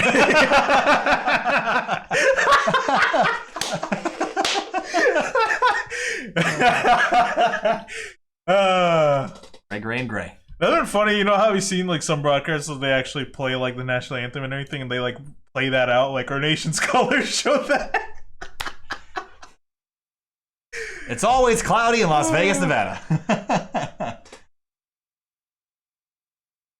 Sun's supposed to be out, I think. Dark out to see it, but not even sure if the sun was out. If we'd see, you know, that's just the sun. Vodka. I think that's like the first time we've seen alcohol. Budweiser and Busch all over the place. Correction, okay, I guess like hard liquor. Okay, yeah, like hard liquor. All right, well, okay, time to get back on topic. Let's head back to the top of the racetrack. 19 drivers lined up for this one. Let's roll through the starting grid here, Finney, and on the front row, gonna be Chad Frainfield and his number 15 car out of Pennsylvania, right alongside the Canadian in the 09 in second. Moving on back to row number 2 is going to be Corey Lindsay in the 00 lining up on the inside. Next to him, Justin Coe in the 52 in 4th, trying to redeem himself after an okay performance in last race. Kevin Finn was charging to the front at the end of the first race at the Speedway in the distance. He'll roll off 5th alongside Levi Zielinski in the 97. Back in 7th place is going to be Race Clark in the 22 lining up on the inside. Next to him, Richard Hines in 8th in the 87. In 9th place on the inside, Brent Miller in the number 89, and the 10th place car will be the 3 of Tanner Sharp. Back in 11th spot is going to be Matt Hackathorn in the 84 car. Next to him, it's going to be 12th place, the 28 of Josh Clark.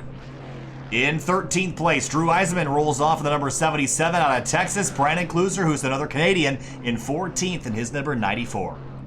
Back in 15th is going to be Michael Goodman lining up on the inside lane. His 44 machine next to him in the 48 car. It's going to be Nathan Melez. Matt Grunberg won the last race and by playing some strategy on the pit lane. He rolls off 17th alongside Nick Delicato, the driver that probably should have won the last race, in 18th. Back in 19th and rounding out field is going to be Jeffrey Fisher in the 06. So 19 cars on the grid ready to get rolling here. For 150 laps. Couple pace laps to warm us up here, get some heat in the tires before we turn them loose for 150 circles around this tight little bull ring. Is it not a circle? I'm sorry. It's not it really isn't a circle. It's more of an oddly shaped oval. Well, we use the term oval very incorrectly as well. Yeah, but really, there's a specific name for the type of oval, like Dover and Bristol, but an oval doesn't have straights. It's just right. This is as close to an oval as I think you can get. But I would say it's like, more in relation to an oval than a circle. Are ovals and circles really that different? Yes. Ugh, fine. I jokingly refer to oval racers as circle fairings on my off days when we're doing the road racing stuff, but don't let kind of sometimes, honestly. Don't let them say I said, or don't let them see that I said that.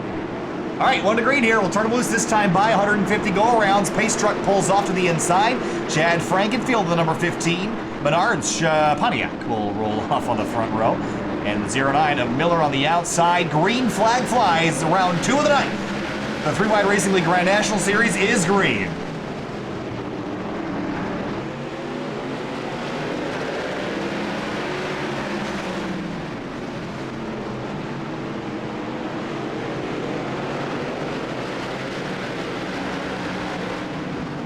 Frankenfield pulls ahead of James Miller, side by side, deeper in the field. The 28 gets shoved out of line. The 94 goes up underneath, double wide in front of them. The 3-car, Tanner Sharp. The 14 gets a bumper from the 97, sideways out of turn 4. Yeah, gets on the curves, the 14 does, after getting a little bit of a bump, but he's going to still stay ahead of Zielinski. There's your race car ripping the outside lane as he's battling alongside Tanner Sharp in the 3, trying to make a pass on the inside. Out of the white line, the 3 on the bottom, the 22 up high. Race Clark didn't have a great run in the Las Vegas Motor Speedway race earlier. Going to try to redeem himself tonight, but going backwards. The 84 tucks up underneath. Hill wants that spot, and through he is. Caution in the background. I think it's a 77 of Eisman that went around for the loop. See Jeffrey Fisher back there as well. First caution of the night. Let's take a look. It's up underneath the 94 car. Is there maybe a touch? Oh, just drove off in a little hot, let the back end get out from underneath him. And just a nice, quick, lazy spin, got it corrected, and continues rolling. Notably, Delicata did not grid up for this race. That's a really frustrating night for him in general, and it lost a bunch of points at the tail end of race 1, and he's going to lose a whole lot more in race 2. I'm just surprised because he joined he had to join the server, unless he just felt like joining and just getting, you know, the back end of points just to call it a night. I think that might have been the case there, just to say, you know, to say you showed up, pick up those points. It's gonna be unfortunate for him. I was really hoping to see him run on the track just to try to take away a win here, because this would have been a very competitive race. Someone's really got to tell these guys to paint the pit boxes. I don't know how anyone finds their box. Are you telling me you don't like the Christmas tree pit boxes? Well, they paint them that way so that you'll see them on the template. Oh yeah, but it does kind of. I almost wish there was a better combination they could pick, which would be, you know, eye-catching. They should put like pink and hearts all over it, so that way people will be embarrassed. I still want them to like let you full on paint your pit boxes. You mean like Enter 2003 had? Yeah, that's what I'm saying. You can do it in Enter 2003. I don't say we can't do it in here. I'm guessing it would be resource intensive. Oh, but yeah, but I mean, I don't know. I think it'd be kind of cool. Yeah, I think it'd be worth it. I don't think it would be worth it. I just think it'd be cool. All right, gonna double back up for the restart here. Frankenfield chooses the bottom. That seems to be the natural choice around this tiny little racetrack. Lights are extinguished on the Chevrolet Silverado Pace truck as we head down through turns 1 and 2. So we'll re-rack them, restack them, turn them loose again. Another go.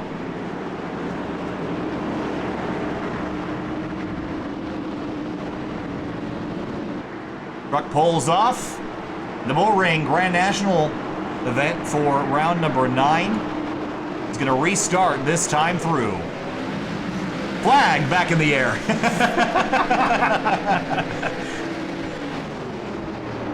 Oh, 97 sideways in turn 1 and 2. He loses it at the exit of the corner. Caution is out. Second time tonight. Pace truck just continues rolling through pit lane. Pick him up for a second caution. Is there contact here, maybe? I don't know. It seemed like it was a pretty far amount of distance to the next guy in behind. Oh, maybe from the 14? Yeah. Yeah. Just a little touch. That's all it takes. Helped him around, and everyone did a great job avoiding it. Including Grunberg, the race 1 winner of the night.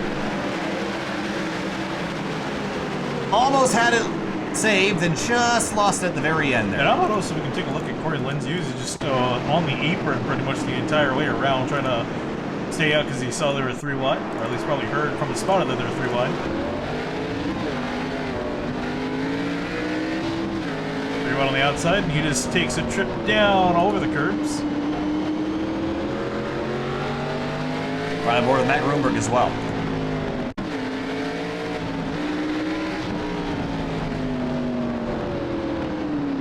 Oh, real tight.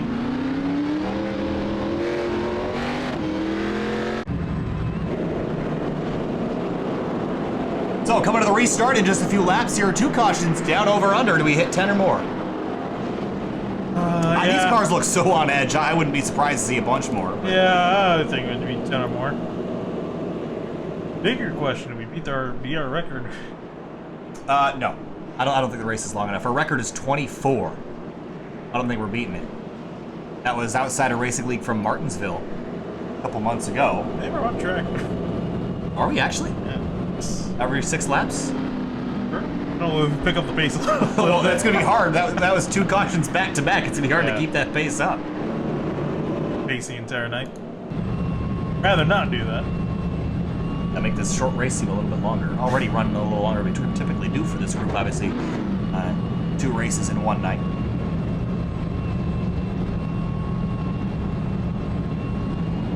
Beautiful modeling of this track, though. It's, oh, there's a... Oh! Lights back on the... What? What? Okay, that's... Bruh. So... What? That was... What? What is going on? That was... They were illuminated for a second. Off the nose of... What? I don't know. Hold on a second. I think I might know what's causing this. Do you?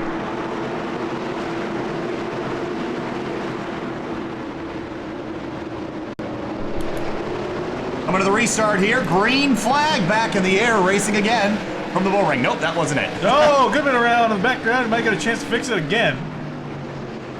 Nope, it's going to stay green, side by side for the top spot.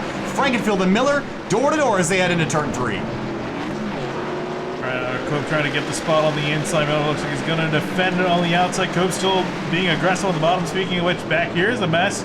Richard Hines ahead of a few other cars at 28, and Josh Kirk looks up the inside, almost 3 wide out of 2. I don't like the looks of this. Look at the 94, dive up in the corner, locks up the left front tire. They somehow avoid collision, but still double wide, 5 deep at the exit of 4.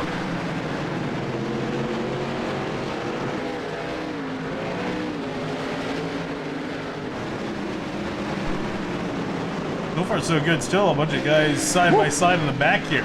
Oh, this is going to get really messy here in a minute. Matt Grunberg in the middle of that in his 54 car. It's too many cars in too little of a spot. There's no way we don't see someone slip up here.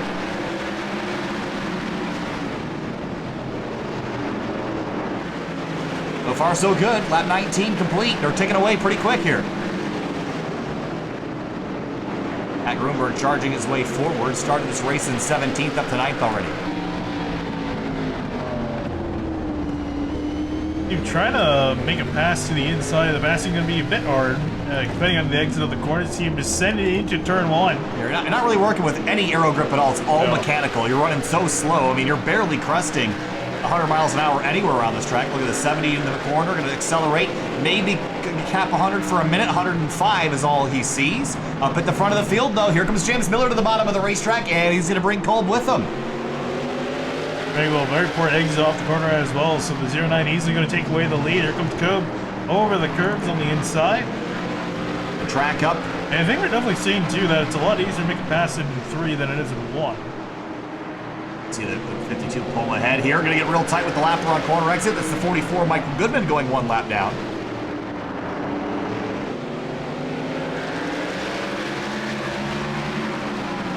Oh, he drove in hard. You see the car step out a little bit on corner entry. In the background, Hackathorn and Brent Miller fighting for 14th place.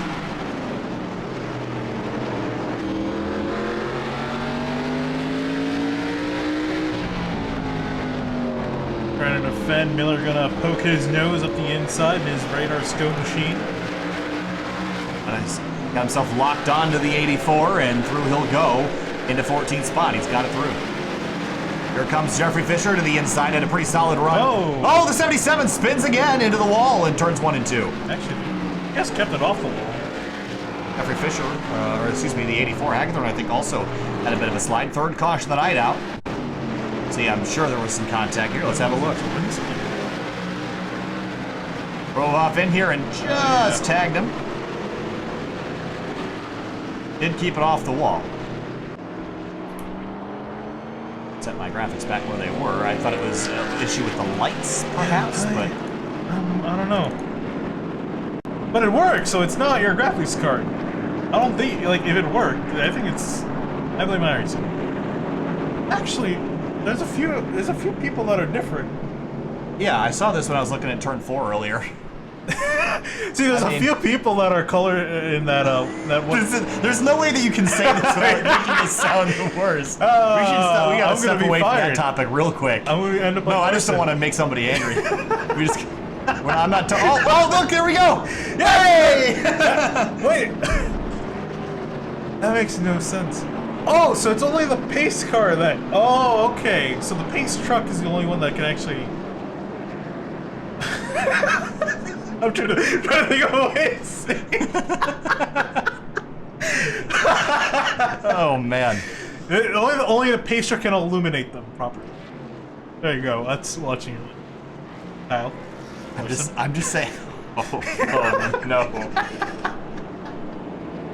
No. So we got down to the bottom of it. Oh, but the rest of the car doesn't work. So it's only like the high detail people? Yeah, that like just kind of stand around, and the flagman. Everyone else is just right. It just looks like something out of like a. Also, every person here has a penalty, by the way. That's what I'm understanding from this. It's so funny. Wait, stay on the camera, stay on the camera. It's not gonna do it. I'll show you light.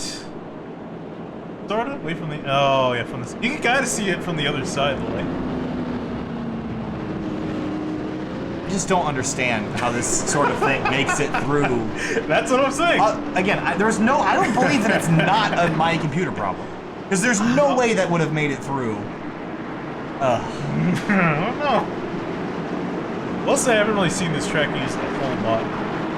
Necessarily. But, well. Anyway, back to green. Alright, well, that's what I think. You get a penalty, and you get a penalty. Everybody gets a penalty. Flag back in the air, and I think that one was the green as we come on through turns 1 and 2. Behind him, a bit of a stack up as Miller pulls ahead. You know what's kind of funny about that is I've actually seen that exact same issue. Those two start to tangle. I've seen this exact same issue in NR 2003. If you don't set up the lighting box properties correctly, all the cars show up as black with no color on them as well. So that issue clearly still exists this late in the stage of the development process. So interesting, but Chad Frankfield is having a lot of issues right now. I'll tell you that.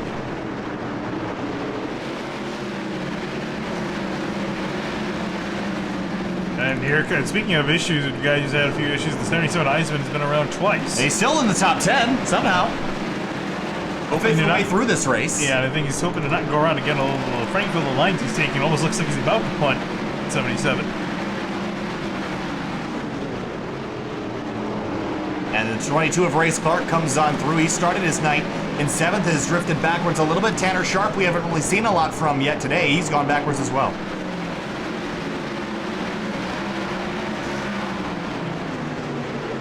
Levi Zielinski trying to rebound after dropping to the tail end of the previous caution.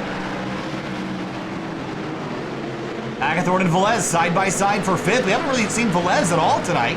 Here he is up inside the top 10, but just got passed for 5th. And Hagathorn now moving his way forward. That short track experience coming in handy.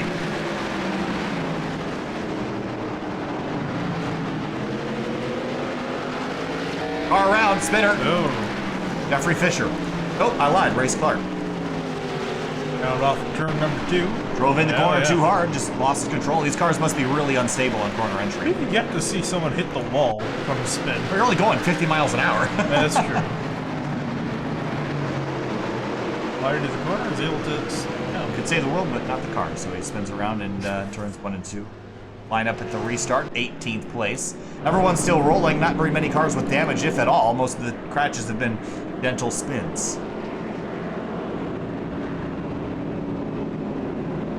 Something oddly terrifying about it. So someone in the comments said it was Grim Reaper convention.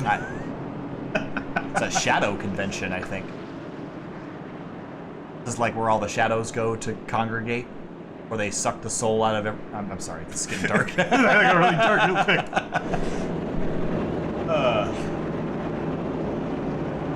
You know, what I find hilarious is the fact that if a track all the way off into the distance, half rendered, is better lit than the people that are at the track. That's short tracks for you. Or, like in a movie when there's like that thing that like the light shines on it, it's like, oh, that's Las Vegas, the Motor Speedway. And right here is just like you get 2 lights and they're gonna blow out and then you're gonna be just bathed in darkness for the rest of the night.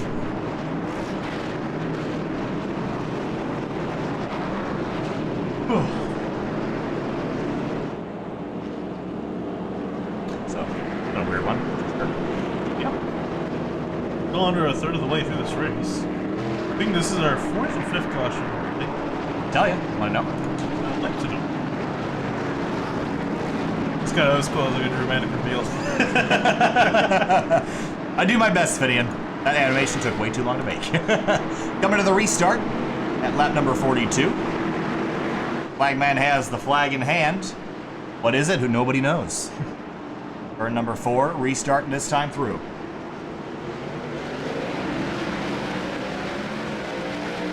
Oh, the 77 was already out of line, drop into the back, wants to stay out of trouble maybe, as they battle for second behind him. Remember, here he is trying to pin the Spinner. photo of Velez spinning off of turn 2. Ultra Richard Hines is another caution going to come out. Who's Frank looks amount of nose damage to this car. 5th caution of the night, let's take a look. 94 might have gotten in here a little hot. Oh, He was yeah. already on the rumble strips, just got in too deep. 28 did a good job kind of negotiating around this. Here's his view.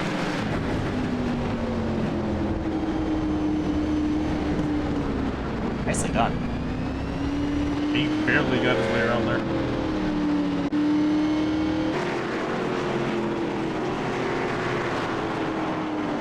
So what's coming up on Sim TV this week? Tomorrow night we go racing again for the 2nd round of the 2020 Grid Life iRacers Quarantine Cup. We'll be at Mid-Ohio Sports Car Course with the Global MX-5s at 8:40 p.m. Eastern Standard Time. Also tomorrow, the Fuel Mission 22 Premier Series takes on the hills, twists, and turns of Watkins Glen, New York. That'll be at 9 p.m. Eastern with Finian and Brandon Kreutz.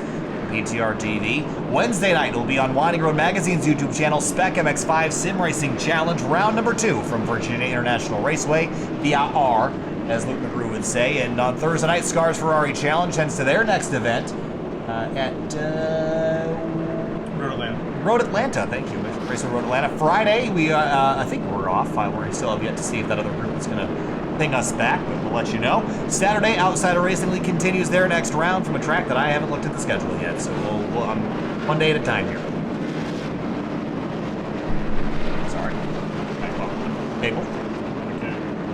You know, I'm surprised looking at this track. I'm surprised they don't, considering to like to prevent guys from getting down there, besides just having the curbing. Because they just don't put the wall out. Track. And I guess we would have to fix it more. Guys are getting down there. Getting in?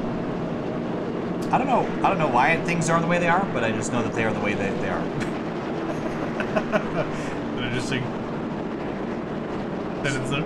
I just things are how they be, and they be because they are, and are because they be.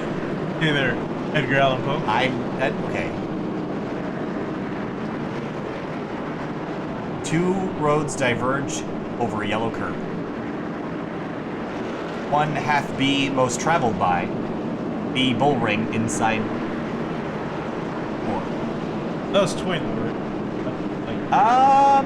Pretty sure it's Twain. No, it was, what's his name? 2 roads. It's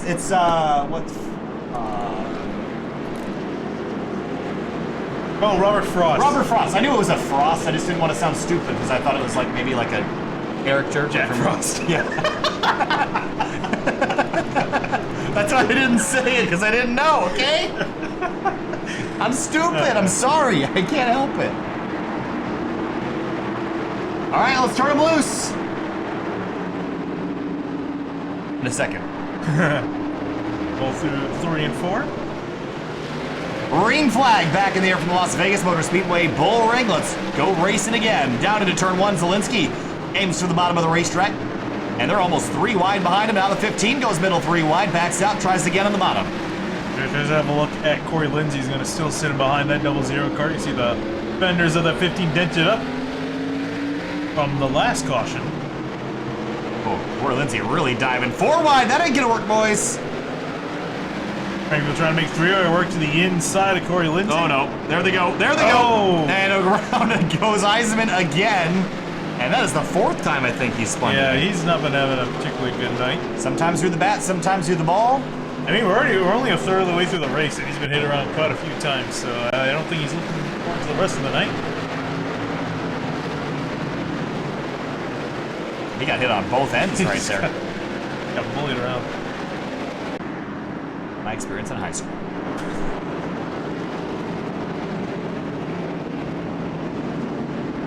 So, the bull ring has been very bullish and very ringish tonight.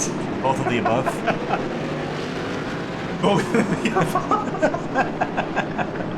I'm getting silly now. It's too late for this. Yeah. I'm just looking at sky, you know? The roof is the same color as the grandstands. I'm just making observations is all I can say, you know what I'm feeling? Sure. 2 tracks diverge in a red and white curve. One be the path traveled by Senna, other traveled by Earnhardt. Both add That's right. You should see where you're gonna. I don't know where I was going with it. As soon as I had Senna, I'm like, 2 track. We need to come up with a poem. Okay, I'm gonna say a sentence and you say a sentence. Okay, ready? Two tracks diverged over a red and white curve. I'm not creative enough for this. Said Senna. Earnhardt said, "Green isn't a creative color." What a wonderful poem. That transcript is going to be amazing. 2 roads diverged in a red and white curve. I'm not creative enough for this, said Senna. What? Said Earnhardt?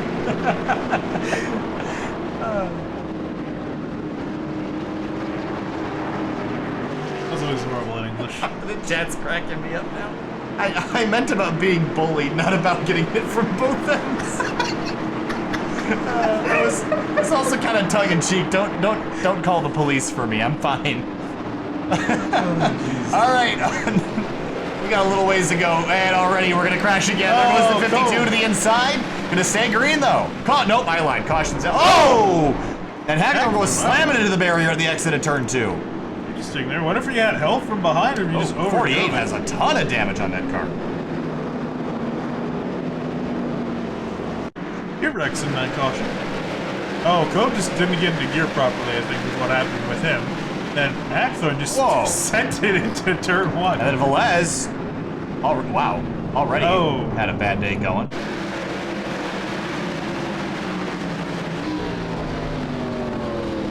Oh boy.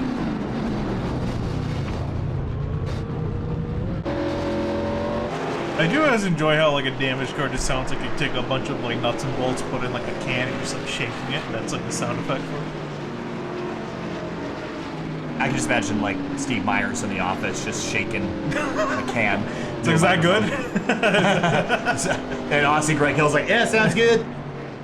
Put that right in the steamer right now, and sounds great.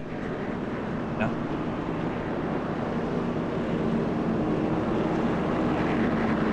Two tracks in a Nevada desert.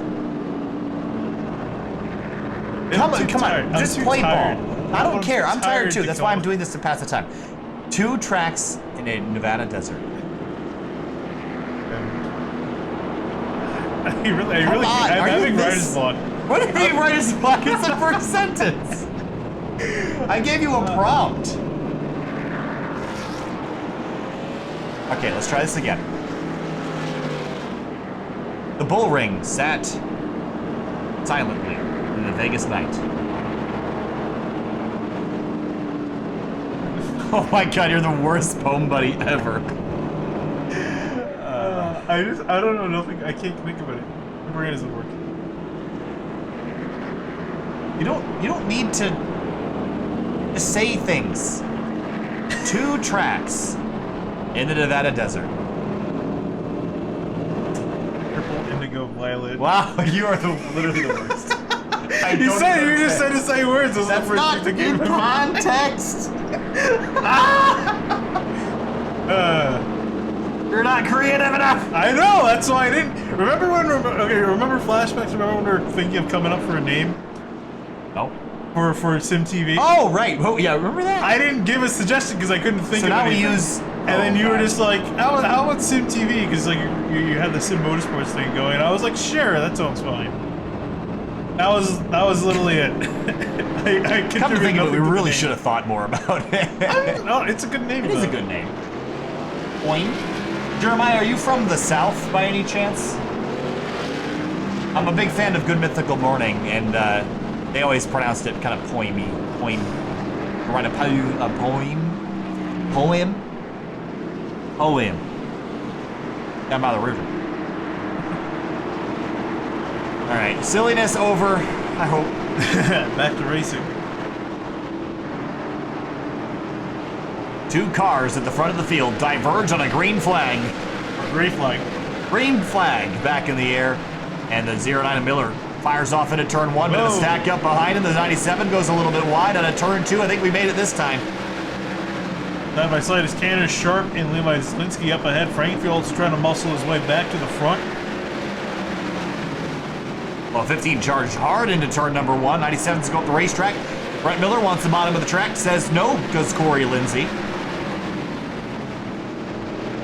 Justin Kolb wants back for. Oh, that's a big cut down there on the bottom of the racetrack. Oh, there goes the 00. And no caution. We stay green. So is he wedging? Okay, I thought he was wedging to the wall for a second. He's going to be able to go back out into the track. Here comes Race Clark side by side with the 44 of Goodman. To the inside, he will go into turn 3. For the lead, though, Matt Grunberg has found his way to the front and battling for the top spot.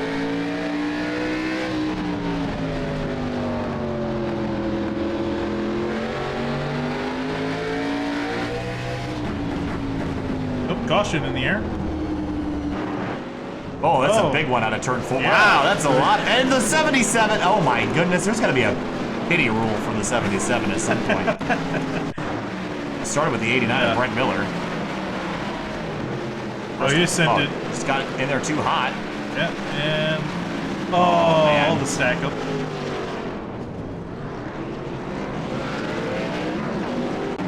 We're back to square one.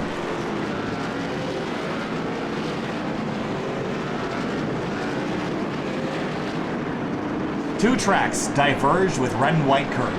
And sorry I could not send it down both. And B1 racer long I sat and sent it down one as far as I could. Not like the sweet life of Zach and Cody. I'm a poet and I didn't know it. I can make a rhyme anytime. Oh, you know, honestly, did I mention you have the tension? that was the first time I ever heard of the poem. I don't know about anyone else, but that was the first time I heard of it. Not in English class. I don't think it ever came up in English. My actual English Jesus. classes. What the heck? You were possessed by a demon for a short time. It stops. Kinda. One driver. That's race leader Matt Grunberg. Or One driver, second two place. drivers, 3 drivers, 4. 5 drivers, 6 drivers, 7 drivers, 8. The fuel coming down. I imagine get some tires. I guess might as well. We're pretty much halfway. Tires and fuel and grip that create. At the bullring where we'll try to get victory. This is the worst. There's gonna be so many dislikes on this video later, and I'm gonna feel ashamed about it. And I really hope it wasn't Evan on the LSR TV account, because if it is, I will cry. This is not a proud moment for me tonight. I want to watch a really high quality stream. Anyone but this one. I mean, the first race in Vegas was really good. That was that good. Went really well. Yeah, then now we're just We're pacing pretty much for most of it. 1 caution, 2 caution, 3 caution, 4. Let's get restarted and make some more. All right, 09 to James Miller, Kevin Finn on the outside. Then it's Clark, Frightfield, Sharp, green flag, back in the air, racing again from the Vegas Bull Ring. Oh, they're all piling up again. Oh. And a big crash down in turns 1 and 2. That's the big getting bigger and bigger. 84, but could have won this race earlier. Pulls away with what I can only describe as fairly significant damage.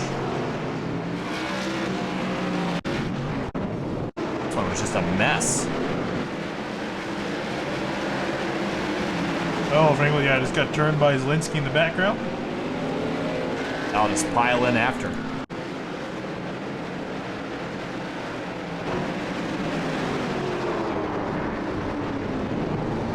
Oh, hard hits for the 00 at 84.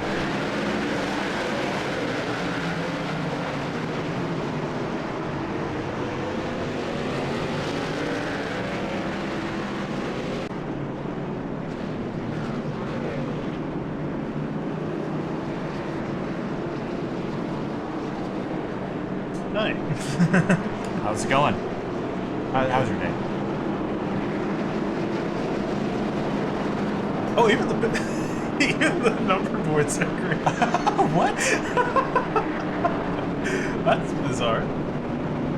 Interesting. This drone camera is the coolest thing.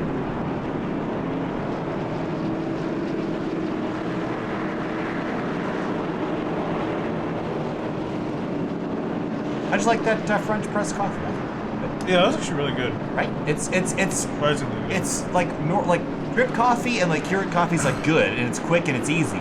But like that was good. Yeah, The fresh it was ground good. like really makes a difference, I think. You know? Like that stuff. So where do you have to? You just have to order off Amazon, like that? You might be able to buy that in the store. I've never really looked into like the actual coffee aisle. I just go to Walmart and pick a box off the shelf. Oh no, I was thinking for that one, because that one was pretty good. Well, that specific Yeah. kind. I don't know how you could probably buy it from them directly. I don't know how it works, but that's just a sampler pack. There's a couple more ones in there, but I'm not really sure what else. Those are smaller bags than you normally get. And there's really not that much coffee in there. I'm surprised at how much you're supposed to use. I didn't really, you're supposed to do it by weight. I just kind of eyeball it, which I know is bad, but. Who else? Oh, there's 15 people watching. Do you guys drink coffee? And if you do, what's your method? Do you use drip? Do you use a V60? Do you use a French press? Keurig? I don't know why when you said V, I thought you were going to say V6. I don't know why I thought you were going to Use a V6 to brew my coffee. You just fired it. Yeah. French press. You're a crackhead if you drink Mr. Coffee drip coffee. Yeah, Mr. Coffee's. No, yeah, okay, French press. All right, so your mind's on board with the French press. I just got my first French press the other day, and I've been very much enjoying it. It's a little bit longer, obviously. Takes about 4 or 5 minutes to brew, but all I can tell you is what else has been brewing is this action. Green flag back in the air, lap number 79. Got Linus Tech Tips transitions going on over here.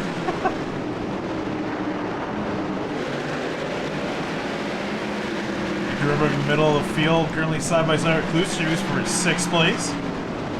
Couple different battles going on around the racetrack. Big group with the 54 right in the middle of it all.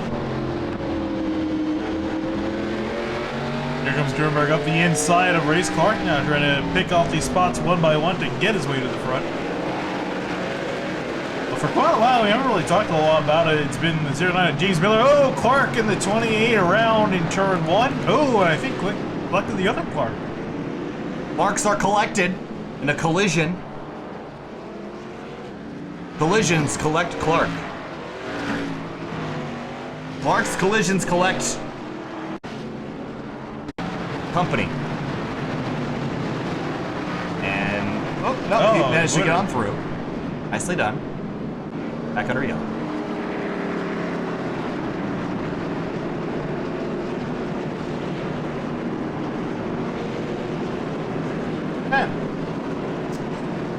Thank you for... We know Finian can say numbers. I can count. What's after 10? 21.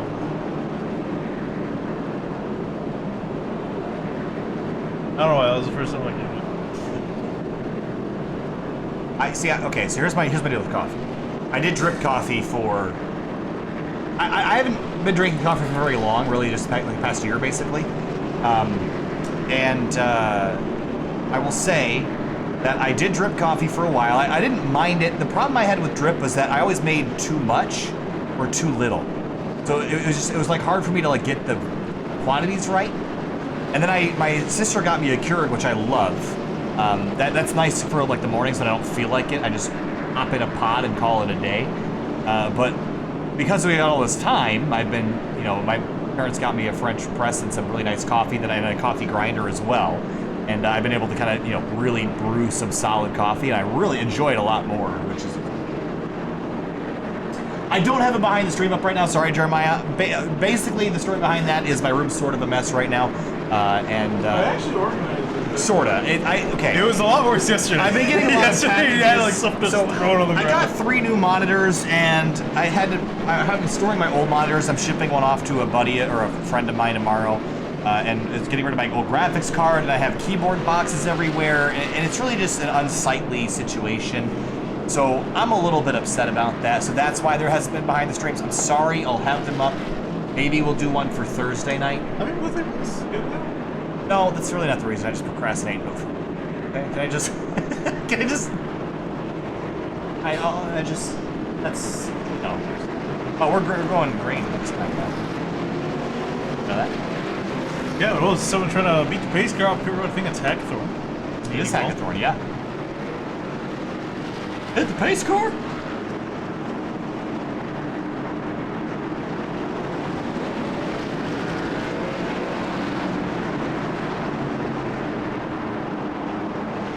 Anyway, pace car and pace truck in.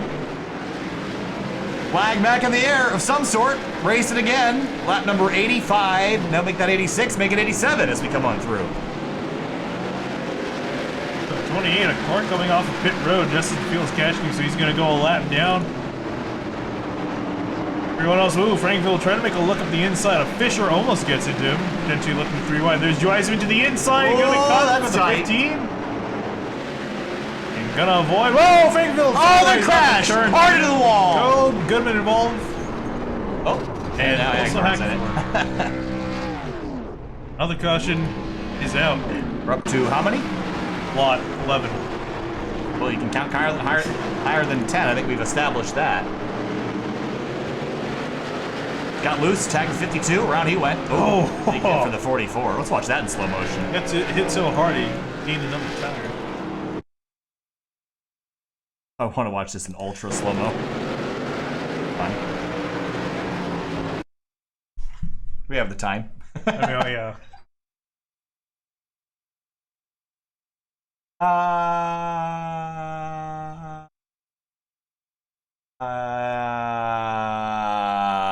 Oof. Look, so he got hit so hard he gained another tire. Wow. Broke dimensions. I've noticed that being an issue lately. Like, I think, I'm not sure if it was this car, but there's another wreck. Someone else got hit pretty hard, and they just had another tire generate. Or I guess that's supposed to be what the tire is actually doing. It looks like it got bent. Yeah, I'm guessing that's what the tire is supposed to be doing. And then there's just like the normal tire that didn't go away. Sparks look cool. Yeah, that's handy.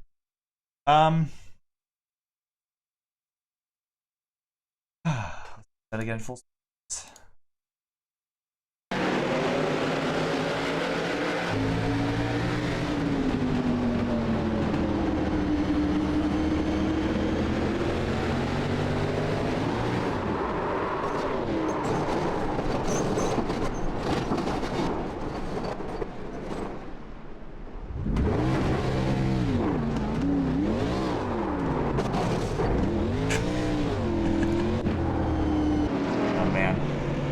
All right, well, we're up to a significant number.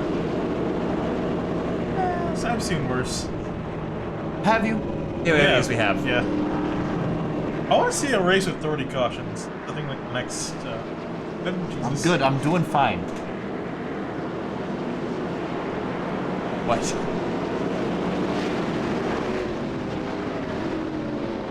You want to see a race with 30 cautions? Imagine this. A 500 lap race at Monza Oval with the COT Oh, yeah. and the Solstice. Yeah, I'll do it. I kind of want to do that now. Oh, already green. That was a quick caution.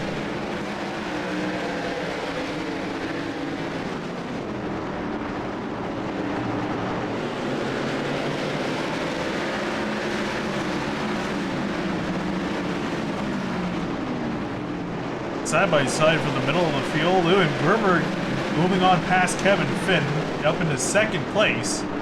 Whoa, the 97 sliding, spinning at the exit of turn 2. Caution back out. They stack up again.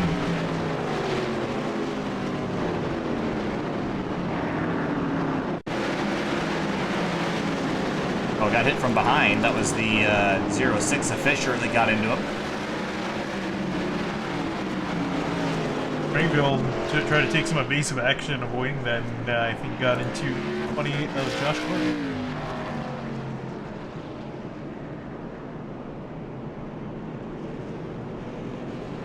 I'm just Corpus? checking thread.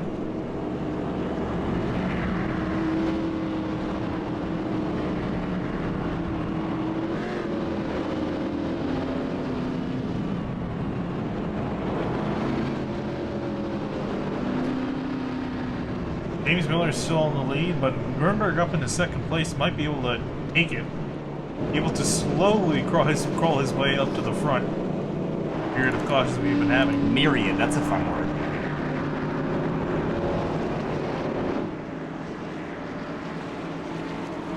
Gonna been racing around the pace track, gonna get his lap back. That will put him back in the lead lap. So believe it or not, we still have, I think, you still have 18 of the guys we started with rolling around the track.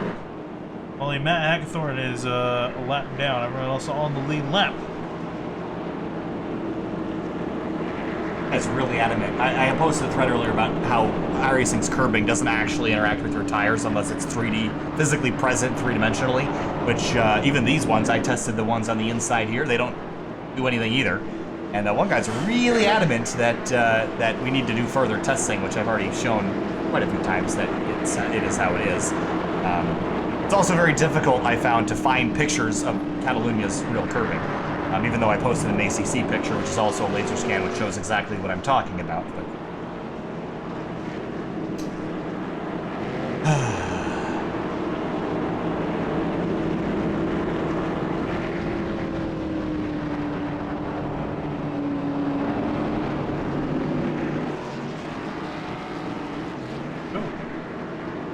I saw the 09 Miller pull off to the bottom of the park.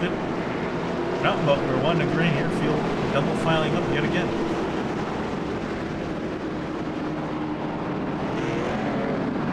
Guys, come back to the line, it'll be 50 laps to go. well, we took us about almost an hour to do 100 laps. Hoping it doesn't take us another half hour to do 50 more. It should take us only 12 minutes if we're to go green from here to the end. Not sure we'll see it happen. We're gonna give it a go. Remember, a little bit sideways on the restart here, trying to get up to speed. Going to immediately try to clear down low for second place. With Franco in the background, almost three-way, going to send it into turn 3 ahead of Oh Zelensky. boy. Stack up there.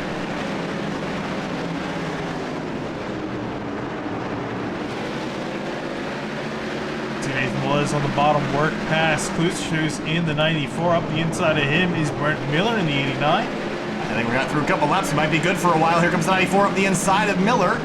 Miller leaves space just enough.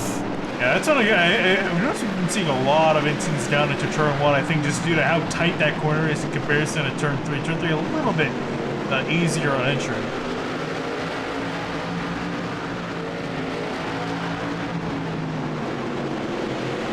Cove in the 52 working on by Richard Hines. Frankenfield not trying to do the same. Up in the front, here comes Grunberg for the lead on the 09 of James Miller. Caution out again. I think I saw Klusers. Yep. Yeah. I thought I saw him sideways in the background. Wasn't sure of that. My eyes were deceiving. Drove in too hot. Didn't even really spin, just kind of came to a stop.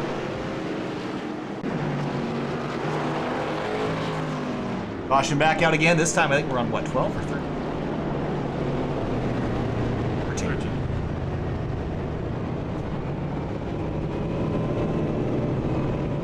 We'll take a break for a couple minutes. We'll be back with you for the restart here in just a sec.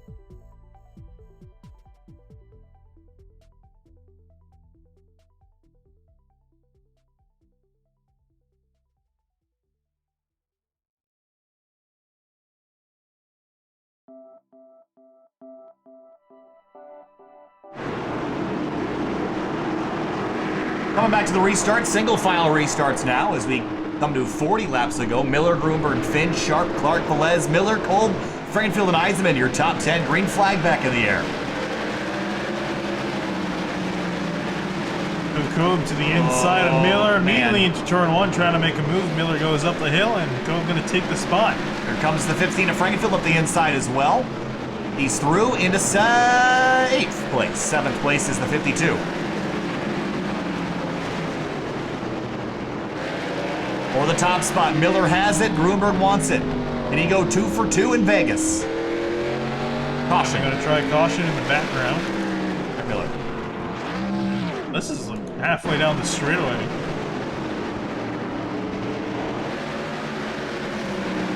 Got loose on exit. Interesting. 14th caution of the night. Miller hangs on to the top spot.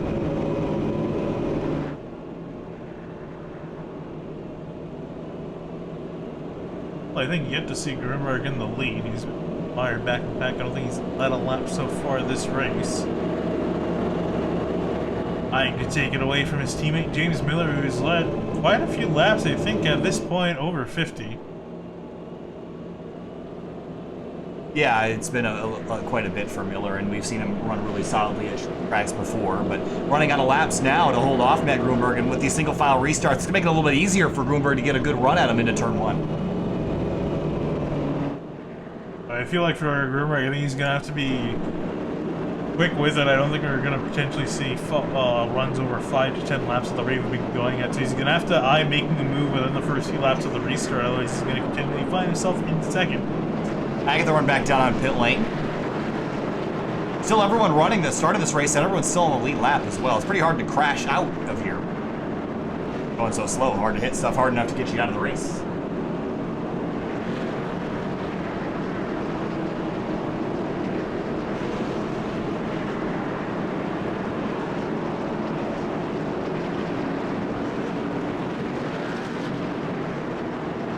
Across the line, a complete lap 115. That will turn us back to 1 to green.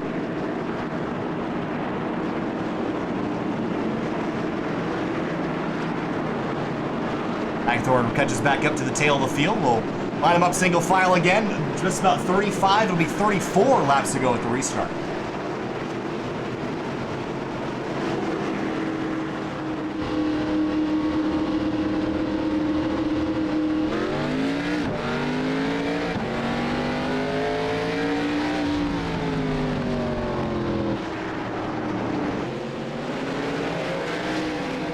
Oh, gonna try 3 wide at the exit of 2. Not sure how that's gonna work. Trying a little deep on the brakes to the inside of Cobb. Gonna move him just a little bit. Velez giving room on the outside. Oh, that's not gonna work. That's not gonna work. They touch. Oh, there they go. And they somehow didn't crash there. I think Cobb was trying to get Yeah, I Frank Will missed. to crash. Swing and a miss for the 52.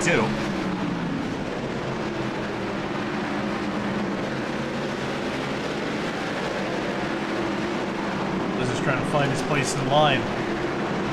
94 and 00. Rating spots. Oh! Caution out again.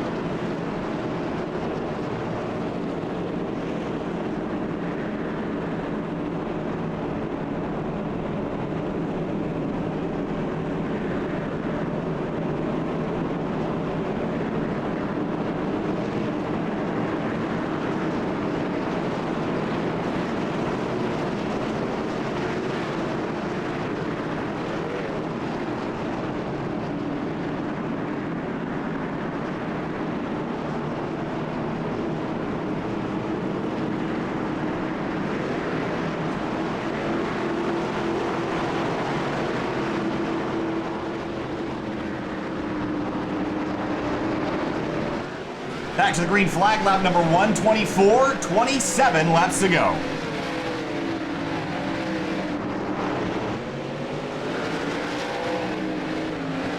Frank Will, an aggressive run off the corner of 2 to the inside, deep on the brakes to the inside of Race Clark in the 22. Battle for 5th position. He's got it, and around him goes 97. Zielinski goes around.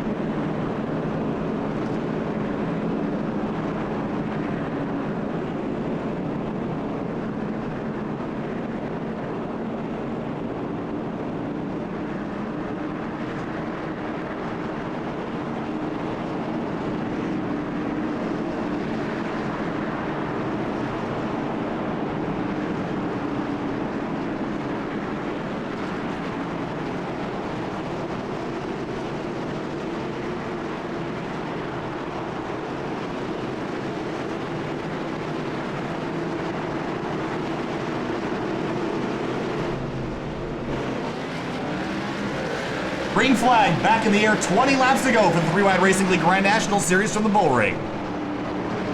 Grunberg really gonna have to try to eye up on a pass. He's been sitting in behind the 09 of Miller. I imagine again he's trying to make it 2 for 2 tonight.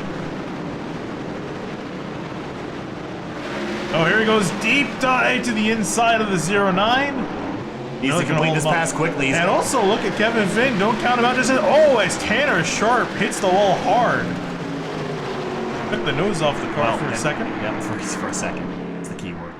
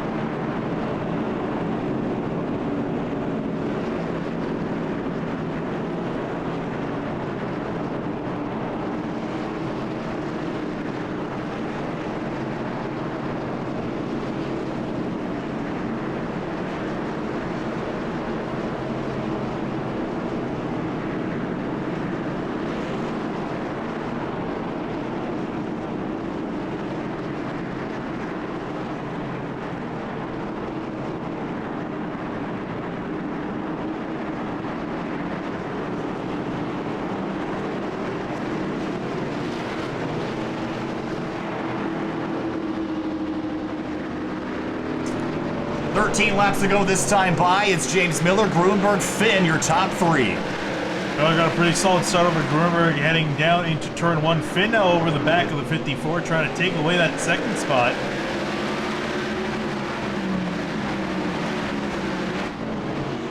He's pretty quick here. He's been pretty quick the last few laps. Race Clark high out of turn 4. Lose a spot. Here comes the 14 to the bottom of the racetrack going for a pass. Yeah, you open up the door. Kevin Finn took it. Not able to get cleared just yet. Still side by side. And Frankenfield behind, licking his chops, trying to take a spot as well.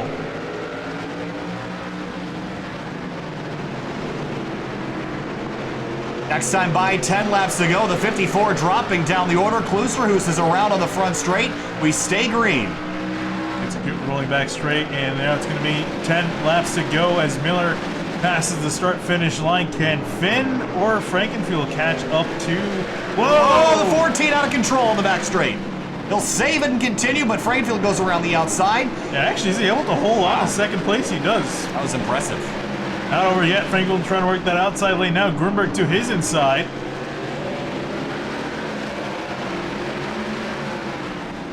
And a sharp lap car staying out of the way. Yeah, they're way behind Miller now, though. It's a 1.5 second gap. 8 laps to go. Gonna get racy for second.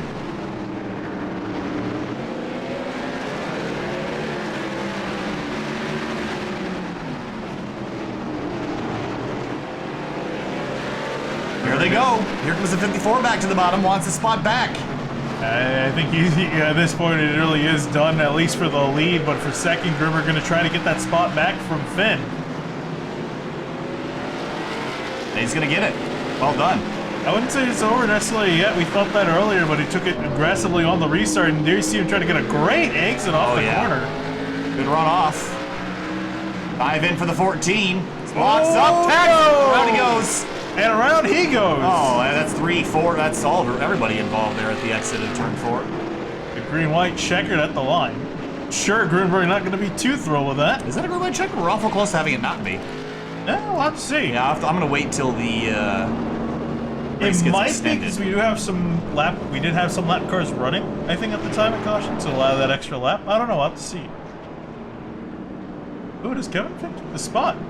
Well, the caution came out while he was mid-spin. I wouldn't be surprised. Interesting.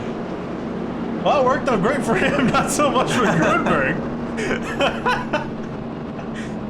They'll get dumped down the order.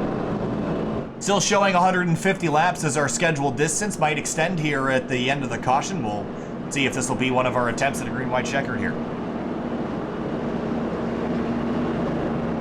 Grunberg all the way back in still on the lead lap.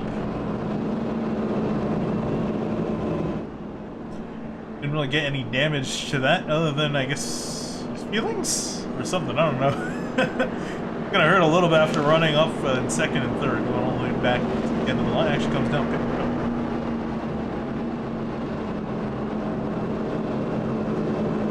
Find out here. Actually, no, never mind. We won't find out. Yeah, we'll be.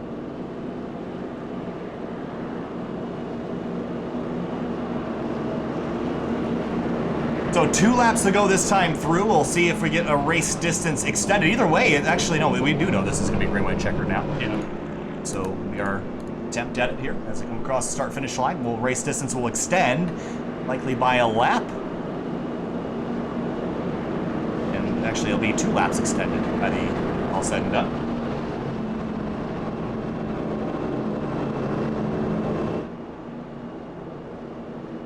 See if Kevin Finn could try to muster up something with the 0-9 and Miller. Yeah, but again, with the single file restart, the second place car has a much better opportunity to try to take the lead away. Well, if we were double file.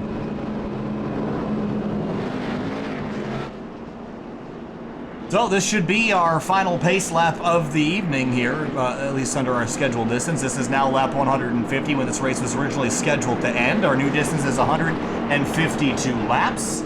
X flag, whether it's the white or the caution flag, it's going to end the race.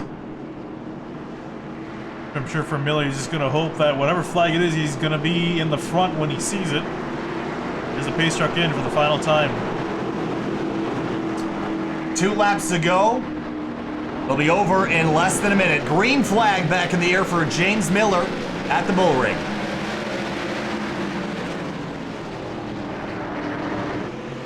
Behind him, Kevin Finn, a half a second back, too far back to get there unless he drives in incredibly hard next couple of corners, but Frankfield right to the rear bumper. This is it, white flag in the air for James Miller in the 09 car. And Miller just took off on that restart. Can Frankfield try to get second here? He's got a great run off at 2.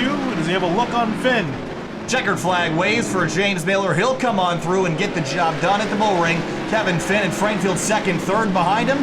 The rest of the field streaks on through, finally getting some green flag laps in there at the end as the 89 gets turned around. Yeah, for Grunberg, going to be a little bit disappointed all the way back in 14th, but he did pick up at least a win earlier in the night at Las Vegas Motor Speedway.